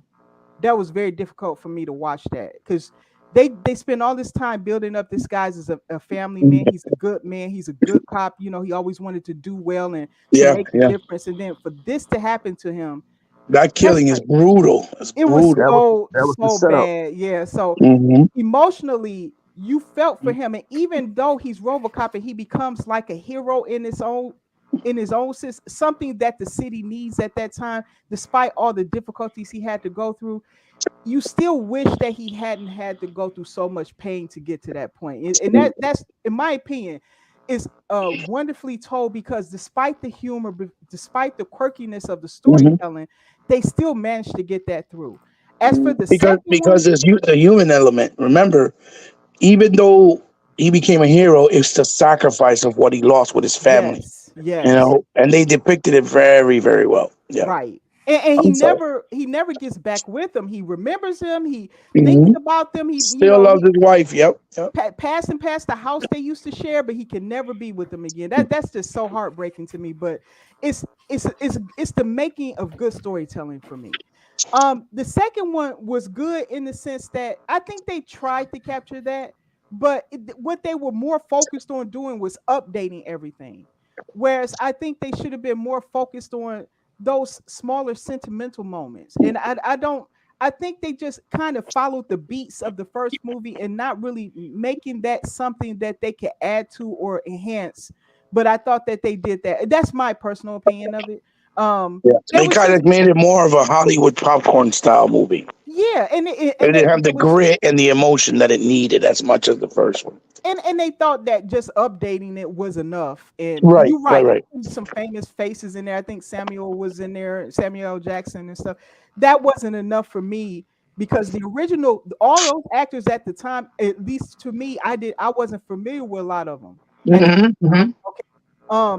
This is way back, but I wasn't familiar with a lot of those actors, so they had to really rely on the script and the acting at the time, and I thought they did an excellent job back then. Oh yeah. So Yeah. which is That's how they why discovered Peter Weller. Good Hmm. stuff, guys. Good stuff. Mhm. Good stuff. Hey, Toolman 55. Toolman 55 says, me and the family going on vacation to Boston and Philadelphia next week. Told man, do yourself a favor before you hit the road. You and your family stop by a sporting goods store and get 5 bulletproof vests. You can thank me later. So just a little heads up. Unlimited production, man. I know your dance card is full, man. What are you gaming on right now, and what's in your rotation? Yeah, right now I'm trying to finish up Assassin's Creed Mirage, which I'm confident I'm towards the end of that game. And Hmm. since I don't drink Red Bull, I didn't beat it in 24 hours like T Reaper. Starfield, of course, because Starfield is my new Assassin's Creed Valhalla. If y'all don't know, I have Assassin's Creed Valhalla installed on my Xbox for 3 years because that was the Yeah. game I was always going back to. Starfield has taken over as that game Wow. Oh wow, that I bro. always go back to, right? Man. Yeah. So that's in the rotation. Um, what else? Oh, since I started this game called Pumpkin Jack. He Yeah, bought it's a Hey, he good that's bought game. play that. Bot's game. That's Yeah, a dope well, game. here's the thing. It's got the Xbox Series X enhancement, so it Yeah. Yeah, has that like Nice. 4K 60 and everything. it's very Nightmare Before Christmas. That's what I love Yeah, about yeah, it. yeah, yeah, Mhm. yeah. I'm digging it, man. I'm That digging it sounds a lot. familiar, Pumpkin Jack. Yeah, look for it on the Xbox store day. It should be on sale right now. It's a good game, man. It has beautiful colors, everything. It Yeah. pops. It's awesome. Yep. Hmm. I still I haven't got I haven't really started Cyberpunk Phantom Liberty yet. Saint me But either. that's mostly because they reset my whole character build, and so now I need to figure out how I'm going to redo everything again. But before I get back into that, I need to because I had my whole I beat the fuck out that game. Excuse my language. I beat the hell out that game when it first came out. Loved it. One of my favorite games of all time. So when I opened it up and saw that all my points were gone and all this Oh stuff man. was Oh, changed, I was like, geez. shit, man, that's nearly 100 hours of work. Building my character, I got to reset. Man. So once I figured that out, then I'll jump back into it because I had a certain play style with Cyberpunk that I loved. The Netrunner. I'm not a run and gun type of guy when it comes to games. That's why I like shit like Assassin's Creed or in Cyberpunk. I did it stealthily and just used the quick hacks most of the time. Mhm. That tends to be how I play games. Even in Starfield, I got my thief skill maxed out and stuff like that. Oh, okay. Yeah, because I do a lot of sneaking around and stuff. So once I get that figured out, that'll be on the rotation. Forza, of course, because that's gorgeous. Mm. And yeah. Other than that, I just keep uninstalling and installing different games for Same. some reason. Yeah. Yeah, I don't know why I keep doing that lately. But right now, once I finish Assassin's Creed, though, which should be soon, I'm definitely gonna find that next game that's gonna get me hooked. That's the main thing I'm playing because yeah, they're just this year has just been so fantastic. It's been too You much. know, Unlimited. yeah. I hope next year's not as bad because it's just been too It's much. gonna be worse. It's going. I mean, look, the Xbox lineup alone is stacked next year. Yeah, that's crazy. So you just gotta get used to it, my dear. You just gotta get used to You it. guys got to remember, 2023 is the year that Yo, everything. Unlimited, why you keep setting them there, bro? Don't tell that. You know you setting them up for fucking madness.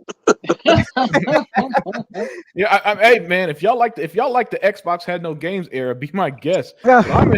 But I'm enjoying what we got now, man. For real. There's For so real. many games we can't even keep up. Yeah. There's no more bitching and moaning, except for the weak Xbox guys who fall for the narratives. It's wonderful, really. It's really a pleasure. And this is coming from the man that mastered the art of doing work while playing. Okay? Yeah. Yeah. So So E-Rock, just to wrap it up, man. Just so great. I'm just enjoying gaming so much, man. I'll say this. When I'm going to do a top 10 favorite games of the year video at the end of the year, and it's a tough list, man. Nice. It's an Nice. extremely tough list, especially with my top 3. Because this year, it's just been wonderful. Oh yeah, and definitely we got to do a game of the year show, man, because it's just been a stacked Yeah. year. Yep. But Hebot, because keep in mind, Hebot, we're going to be getting out of here soon. You try to keep it. Hold on, Go ahead, Unlimited. before Hebot go, I gotta say, and this might disappoint y'all. I'm passing on Alan Wake right now, man. What? I'm just not feeling it. Yeah, I am just not feeling it, Blasphemy. man. Listen, I love Quantum Blasphemy. Break, but I'm just not. I don't know. It's not hooking me right now. It's Oh, you. maybe it's me because I'm not the story driven gamer type of That guy. could be it. Alan Wake is Yeah, heavy on yeah, that. yeah. Yeah. And so when I hear the praises, mostly the story, it loses me. So maybe once I see some gameplay, it'll win me over. But I'm not paying $70 for that shit right now. All I can tell you is, Remedy don't make bad games. That's all I can tell Yeah, you. That's yeah, that's true. true. They Yeah. don't, but Yeah. I don't know, man. And it's sad. Sometimes listen. It's sad, Unlimited, because the only reason it's getting praises, and I don't mean to extend the situation, but the only real reason it's getting praises is because they're no longer exclusive games to Xbox. Oh yeah, of Because course. when Alan Wake came out, people acted like it didn't exist while we were telling everybody that it's one of the best Yeah, it games was that ever good. came out. Well, Yeah. well, to be Right? fair, Alan Wake came out like the same day as Red Dead Redemption. Yeah, I know that, but that still didn't take away the fact that it was a fantastic Oh game. yeah, You yeah, see what yeah. I'm No saying? doubt, no And doubt. so when people that were Xbox gamers that were experiencing were saying this, they're like, "Oh no, it ain't better than any Sony games, or it ain't better than Uncharted," saying stupid shit like that when it was way better than that game, right? That's what I'm trying to say. And the fact that Quantum Break came out, and you know how that went, it was successful. But Pony's like, it's only 9 hours long, but now that Spider-Man 2 is 9 hours long, it's okay. Short and sweet is okay. I'm just saying. I'm just saying. Yeah, Well, I beat you know how to. Control. I beat Control, but for some reason, Alan Wake 2 just has not hooked me like I thought it would. I thought it was going to be another game. I'm like, damn, I got to make time to play. But now I'm seeing it, and it's like, that's fine. RoboCop got me more excited than this. Yeah, Shit. RoboCop looks Well, Yeah, good. well, Well, here's the thing about gaming, man. Gaming is different things for different people. Now, there's some people out there that's going to like that really meta story of Alan Wake with him being in the dark place and Yeah. and different worlds, and that's okay. But the beauty of gaming is that there's choices, and that you guys play third party and don't try to ignore that third party exists, because That's as we've right. always said, third party has put out some of the strongest games of Yes. the last 20 years. hmm Yes. He bought what's been occupying your time, and please don't run off a list of 2,000 games, man. We don't have that much time, bro. Well, you asked for it, brother. I'm just answering the question. Well, I started Forza, obviously. Act like you're on the David Letterman show and they're holding up cue cards here. You got 5 minutes. Oh, well, then I don't know. I don't have that kind of experience, but okay. Um, I'm in the middle of, Spider Man because I'm trying to expose it because that's my Right. favorite. I told you he was Uh, going to do that.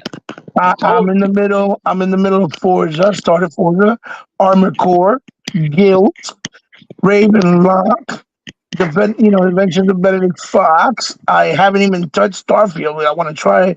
I want to try out Dark Hammer Wartime. Vermintide.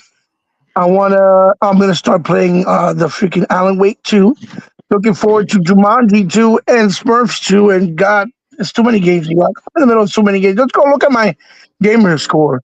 And you see, I'm touching all kinds of stuff. And just Oh even yeah. Guilt is an amazing little game, Yeah, which it you is. already been playing.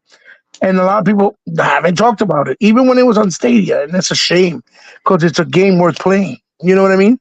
Mm-hmm. Um, but yeah, it's just so many games that, like I said, I don't want to start hating Microsoft because damn, I feel so overwhelmed. It's like God, and then I'm going to finish Bayonetta 3 on the fucking Switch because it's the only game worth playing for me right now, and Ultimate Alliance 3. So it is what it is. But yeah, too many games. Plus my daughter want to play Mario Wonder. I'm like, oh my God, Princess Peach again, Jesus Christ. Oh, and I started playing the new Sonic. Good game, good game. Just brought back a lot of old mechanics, so it's tough again. It's very, very annoying and tough, but in a good way, not in a bad way, if that makes any sense.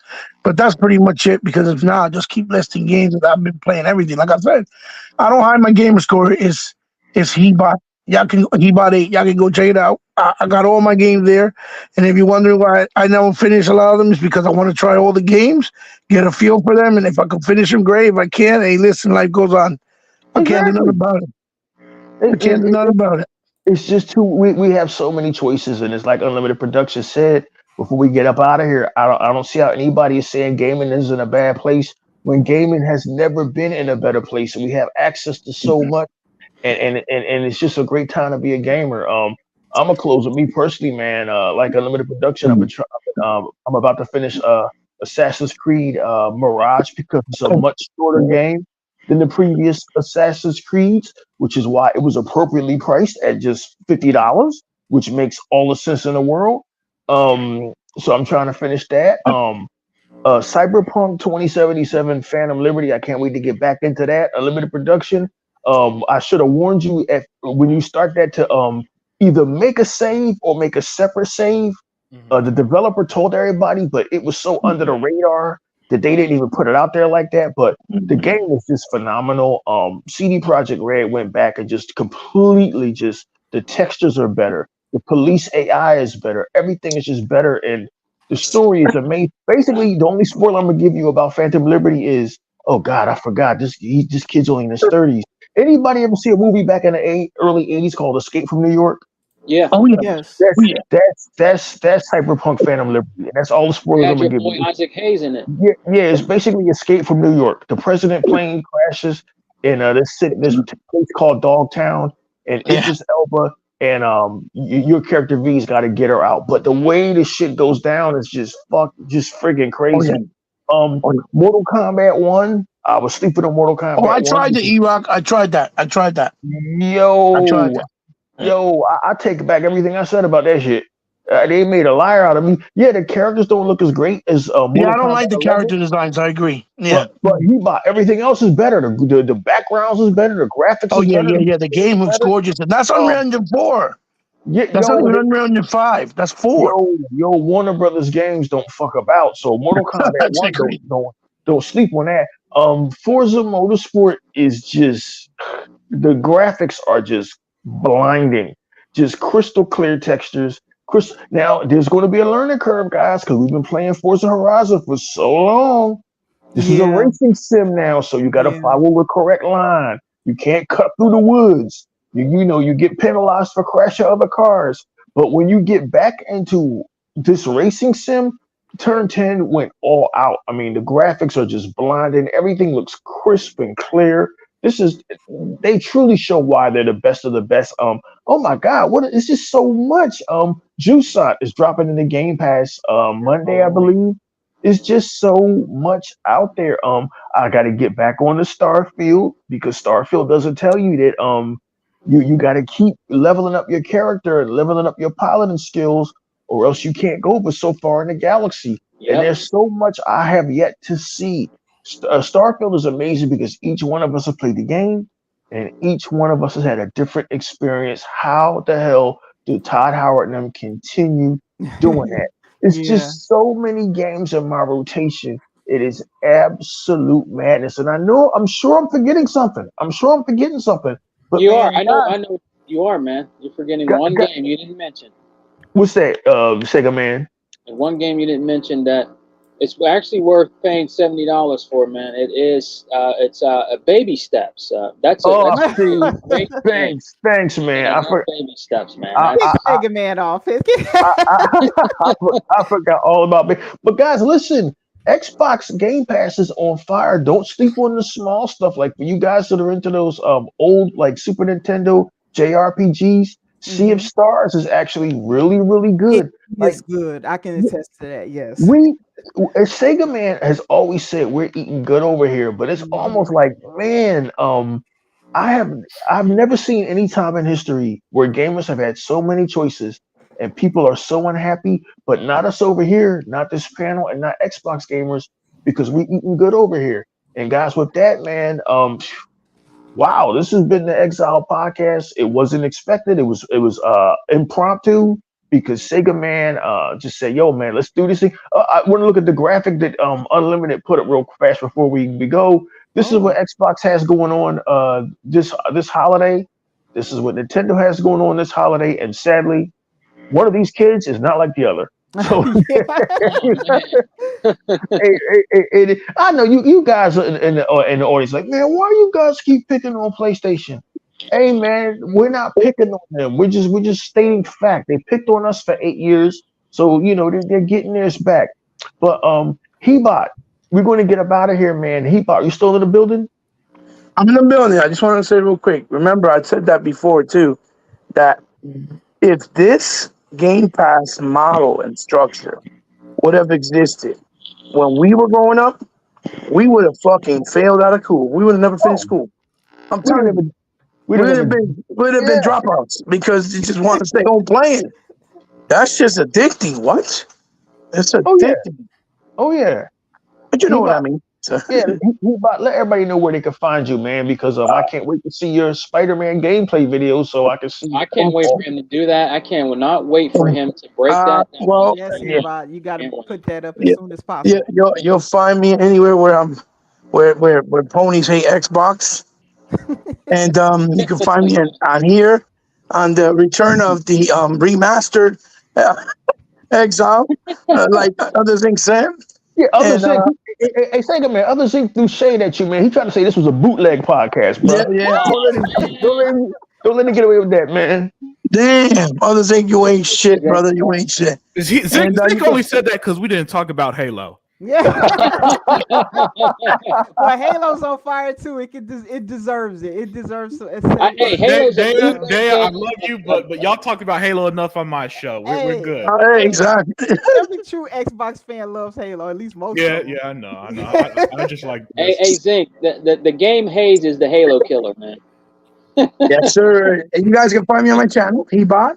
Mhm. And in the description, you can find all the information where you can find me on all the social media outlets. That's pretty much it, guys. It's nice to be back. Congratulations, E-Rock, Yeah. on Mhm. trying to come back. I told you that the most requested return has been yours, whether you want to believe it or not. Most people have been saying, "Where's E-Rock? Where's E-Rock? Where's E-Rock?" I told you long ago that it didn't matter how big your audience was. It's the people that you touched. You make a difference to them, and they care about your voice. And I've told you that since we've been friends long ago. I told you can't just think that people don't care just because you may not be as big as others. What matters are the ones that you touched because they still believe in you and they still care about what you have to say. And that's what matters. So, you're going to get your flowers regardless. So, congratulations back. I hope that you have the courage to continue forward. If we have to host it on our individual channels every week or every month, however we're going to structure it to help you out, I'm in there. I'm more than happy and more than willing to help you out as well. If Sega Man can't do it one day, because we're here for you, right? We told you that we didn't. You left, but you weren't. You weren't left. You weren't gone. You were missed. That's That's the best right. way I can say it. Yeah. Much appreciated, Heba. Much Yeah, bro. appreciated. The first lady of chat, you always bring the fire. You always bring the passion. It's kind of rough doing two podcasts back to back and to have that same energy, but you always bring enthusiasm to the proceedings. Dia, let everybody know where they can find you. You guys can find me usually with our group here. Anytime that they're hosting a podcast, I'll be on there, at least if I can make it. You can also find me among the chat. Sometimes I'm there and sometimes I'm lurking because I might be busy doing other things, but I'm listening. But yeah, that's where you guys can find me. And usually where other Zinc is, I'm somewhere nearby. Although he might have me on some of these podcasts. He's everywhere. Like, but yeah, that's where you guys can find me. That And that's our boy. That's our boy. Go on, Dia. My bad. oh, I just wanted to say too. I want to say that I agree with 100% with everything he bot said about you. You were missed, and if you could just feel it in the group. Everybody brings something to it, and that can't be replaced. So. Oh, dear. Thank you so much. It's much appreciated. And Mhm. our boy Other Zinc is somewhere at work catching his coworkers in a lie. So we wish him luck. We wish him well. Unlimited production, man. You're the tech guru, man. You're the guy that keeps everything flowing. And you've been holding it down in everybody's absence, man, with the unlimited Yes, truth. sir. Unlimited, man. Let everybody know where they can find you because you're that voice of truth that's needed out here in the community. And as you've always said, this last 3 years, this has been our victory lap. But Yeah. not even I could have expected this. Unlimited, let the world know where they can find you. That's right. It's your boy Unlimited Production, and it's always a pleasure to hang out with the Exiled family. You guys are always fantastic, and you can find me on my channel, The Unlimited Truth, where I do my show, The Unlimited Truth, unboxing videos, collection videos. I am working on a interesting collection video later this week, so look out for that as well. And that's it. I guess we'll hang out next time, guys. Excellent, excellent. And Sega Man 101, thank you for making this happen, brother. This, in fact, this entire thing was your idea years ago. We was talking, and you was like, "Hey, man, we should do a podcast together," and it all literally just evolved from there. The man's even been out to my house, him and he bought. Sega Man, thank you, brother.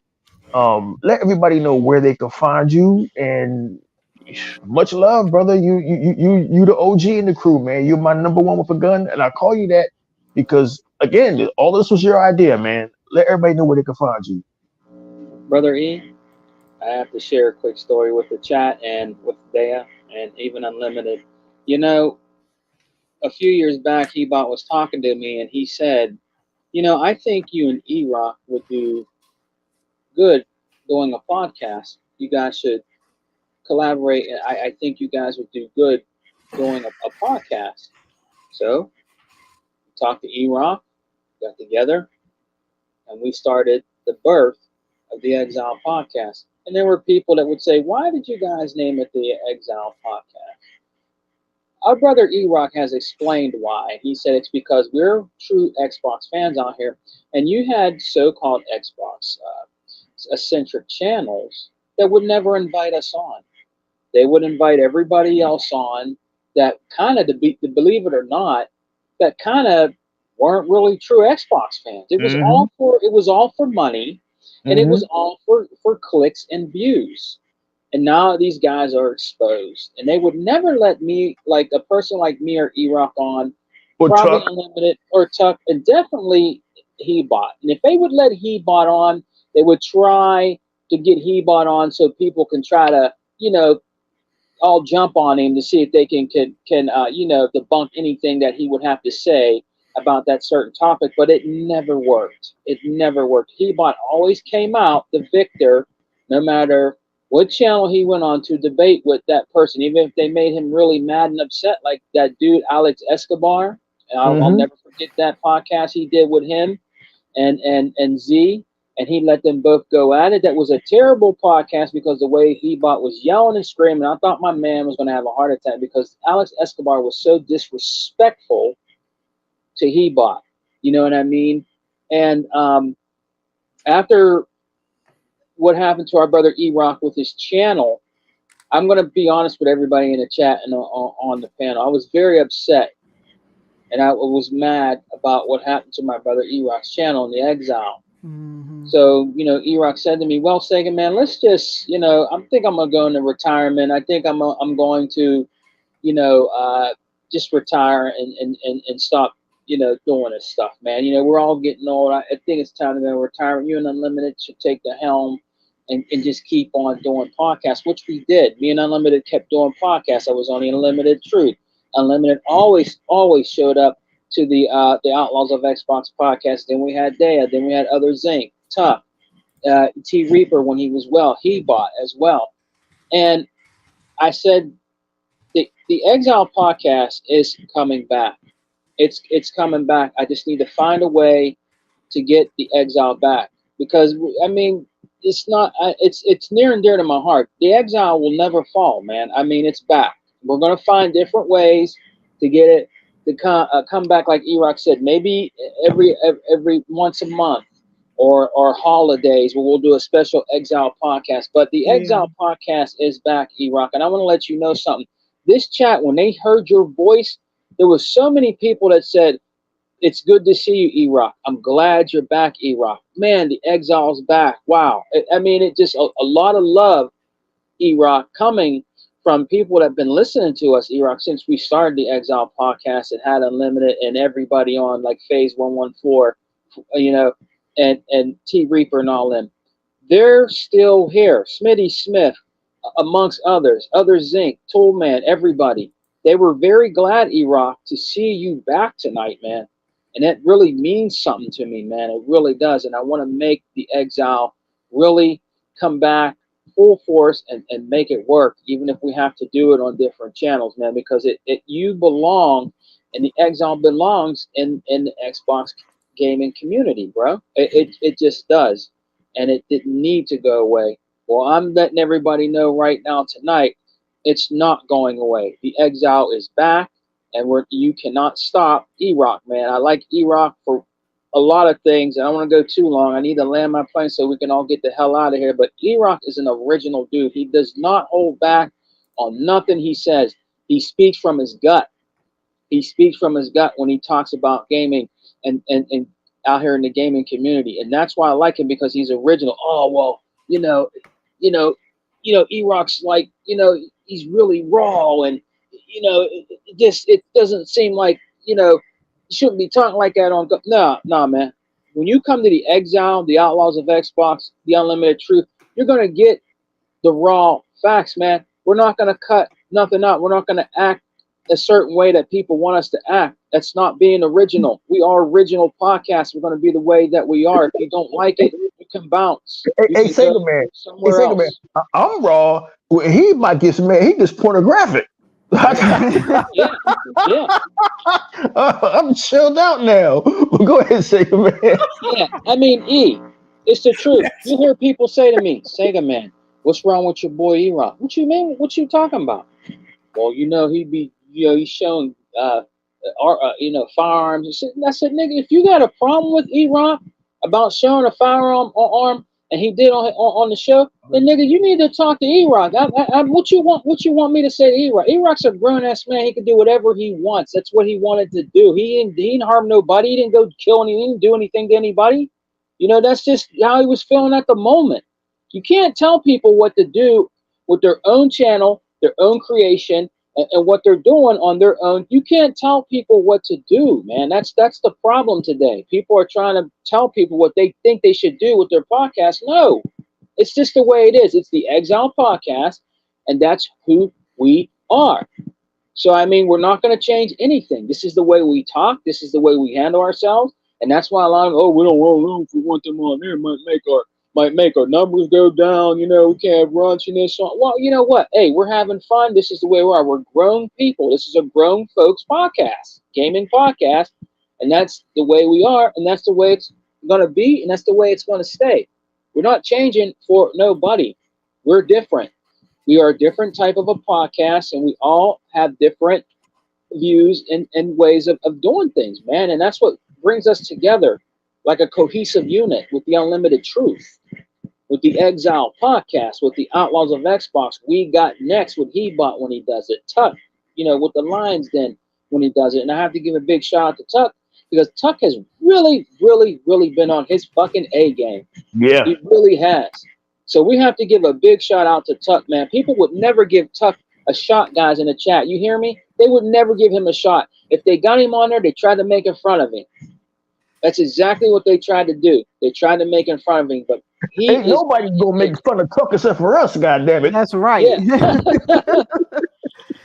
And last but not least, we got a really elegant woman that is part of our yes, which is the first lady of chat. Our first lady of Xbox is Dea 4568. Let me tell you something. She is so knowledgeable out here when it comes to gaming. I am so glad that Dea is with us and is our lady of Xbox, man. She's on fire, bro. She knows exactly what she's talking about. Nobody questions her.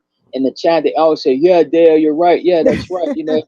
Always on point, man. And I'm so glad to have finally a woman's perspective on gaming. And it should be that way. It should be that way. Hey, Sega Man, not to cut you off, man. They listen. Just trust me on this. These guys, they looked for years. There were other people that tried out, and they were good. But they looked for years. And Sega Man, especially, he said, "There's something about this Dia. There's something about her. Can we get her back? When are we going to get her back? Or are we going to?" And it was something about your knowledgeability, your cadence, and how you carried yourself that these guys wanted you. So I mean, everything Sega Man is saying is word to God. Thank you, guys. It seems like I've always belonged the way you guys have accepted me. So I really do appreciate that. Yeah, and I'm just so glad, Unlimited, that we have a lady of gaming that knows exactly what she's talking about. She doesn't have to, like, GWG. Those girls are cool. I like El Boogie. She's my favorite out of the bunch. Don't get me wrong. The rest of them are knowledgeable. They know about gaming. But El Boogie, I like El Boogie for one reason. She doesn't like. She's original. Like she doesn't. She doesn't like. How you say? Like she doesn't. How can I say this? She says it how it is. She says how she really feels. She doesn't care how everybody else feels about. She'll take it like their opinions into Right. perspective. But El Boogie doesn't hold back when it starts talking about Sony, Nintendo, or anything like that. Because all those girls have all the systems and they play everything. But Right. Right. the reason why I like El Boogie is because she says it how it is, and I like that. And Dea, it is, in my opinion, is just thinks the same way, just like El Boogie. You know what I mean? She's very knowledgeable, and I'm so glad to have her with us, man. And we're a big family now, and we're just gonna just keep marching forward, E-Rock, with the Exile podcast. We're gonna get everything together and get the graphics up. Thank you, Unlimited, for sharing your screen on there and putting the graphic up for Yes. the Thank you, Exile Unlimited. podcast tonight, Unlimited. Much respect to you, my brother. And it was a great show tonight, guys. So look for more to come. Coming up, we're going to be talking behind the scenes, me, E-Rock, and Unlimited, Eba, all of us, Dea, for what we got coming up. The Exile's back, guys. The Exile is back, and we're going in full force, man. We are back, and it was a great time to do this, especially at the time right now, Unlimited, with Microsoft just and Xbox just, man, killing it right now. It was a Yeah. great time to bring the Exile back, man. Right on schedule, man. So thanks everybody for coming and joining us, man. And, E-Rock, brother, it's an absolute great to see you back and Sega Man, in the gaming community, man. and Sega Man, before you close out, I've just got one more thing to say that I haven't said in 6 months. Bye What's bye. peace, guys.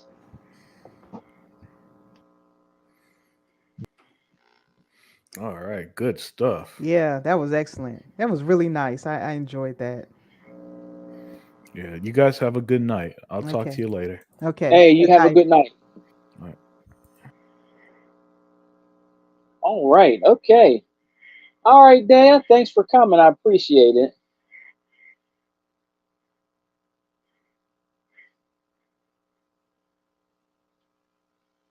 Oh man, I didn't even stop. We're still live. Well, guys, I hope you guys enjoyed the show. Everybody's gone. The Exile is back, guys.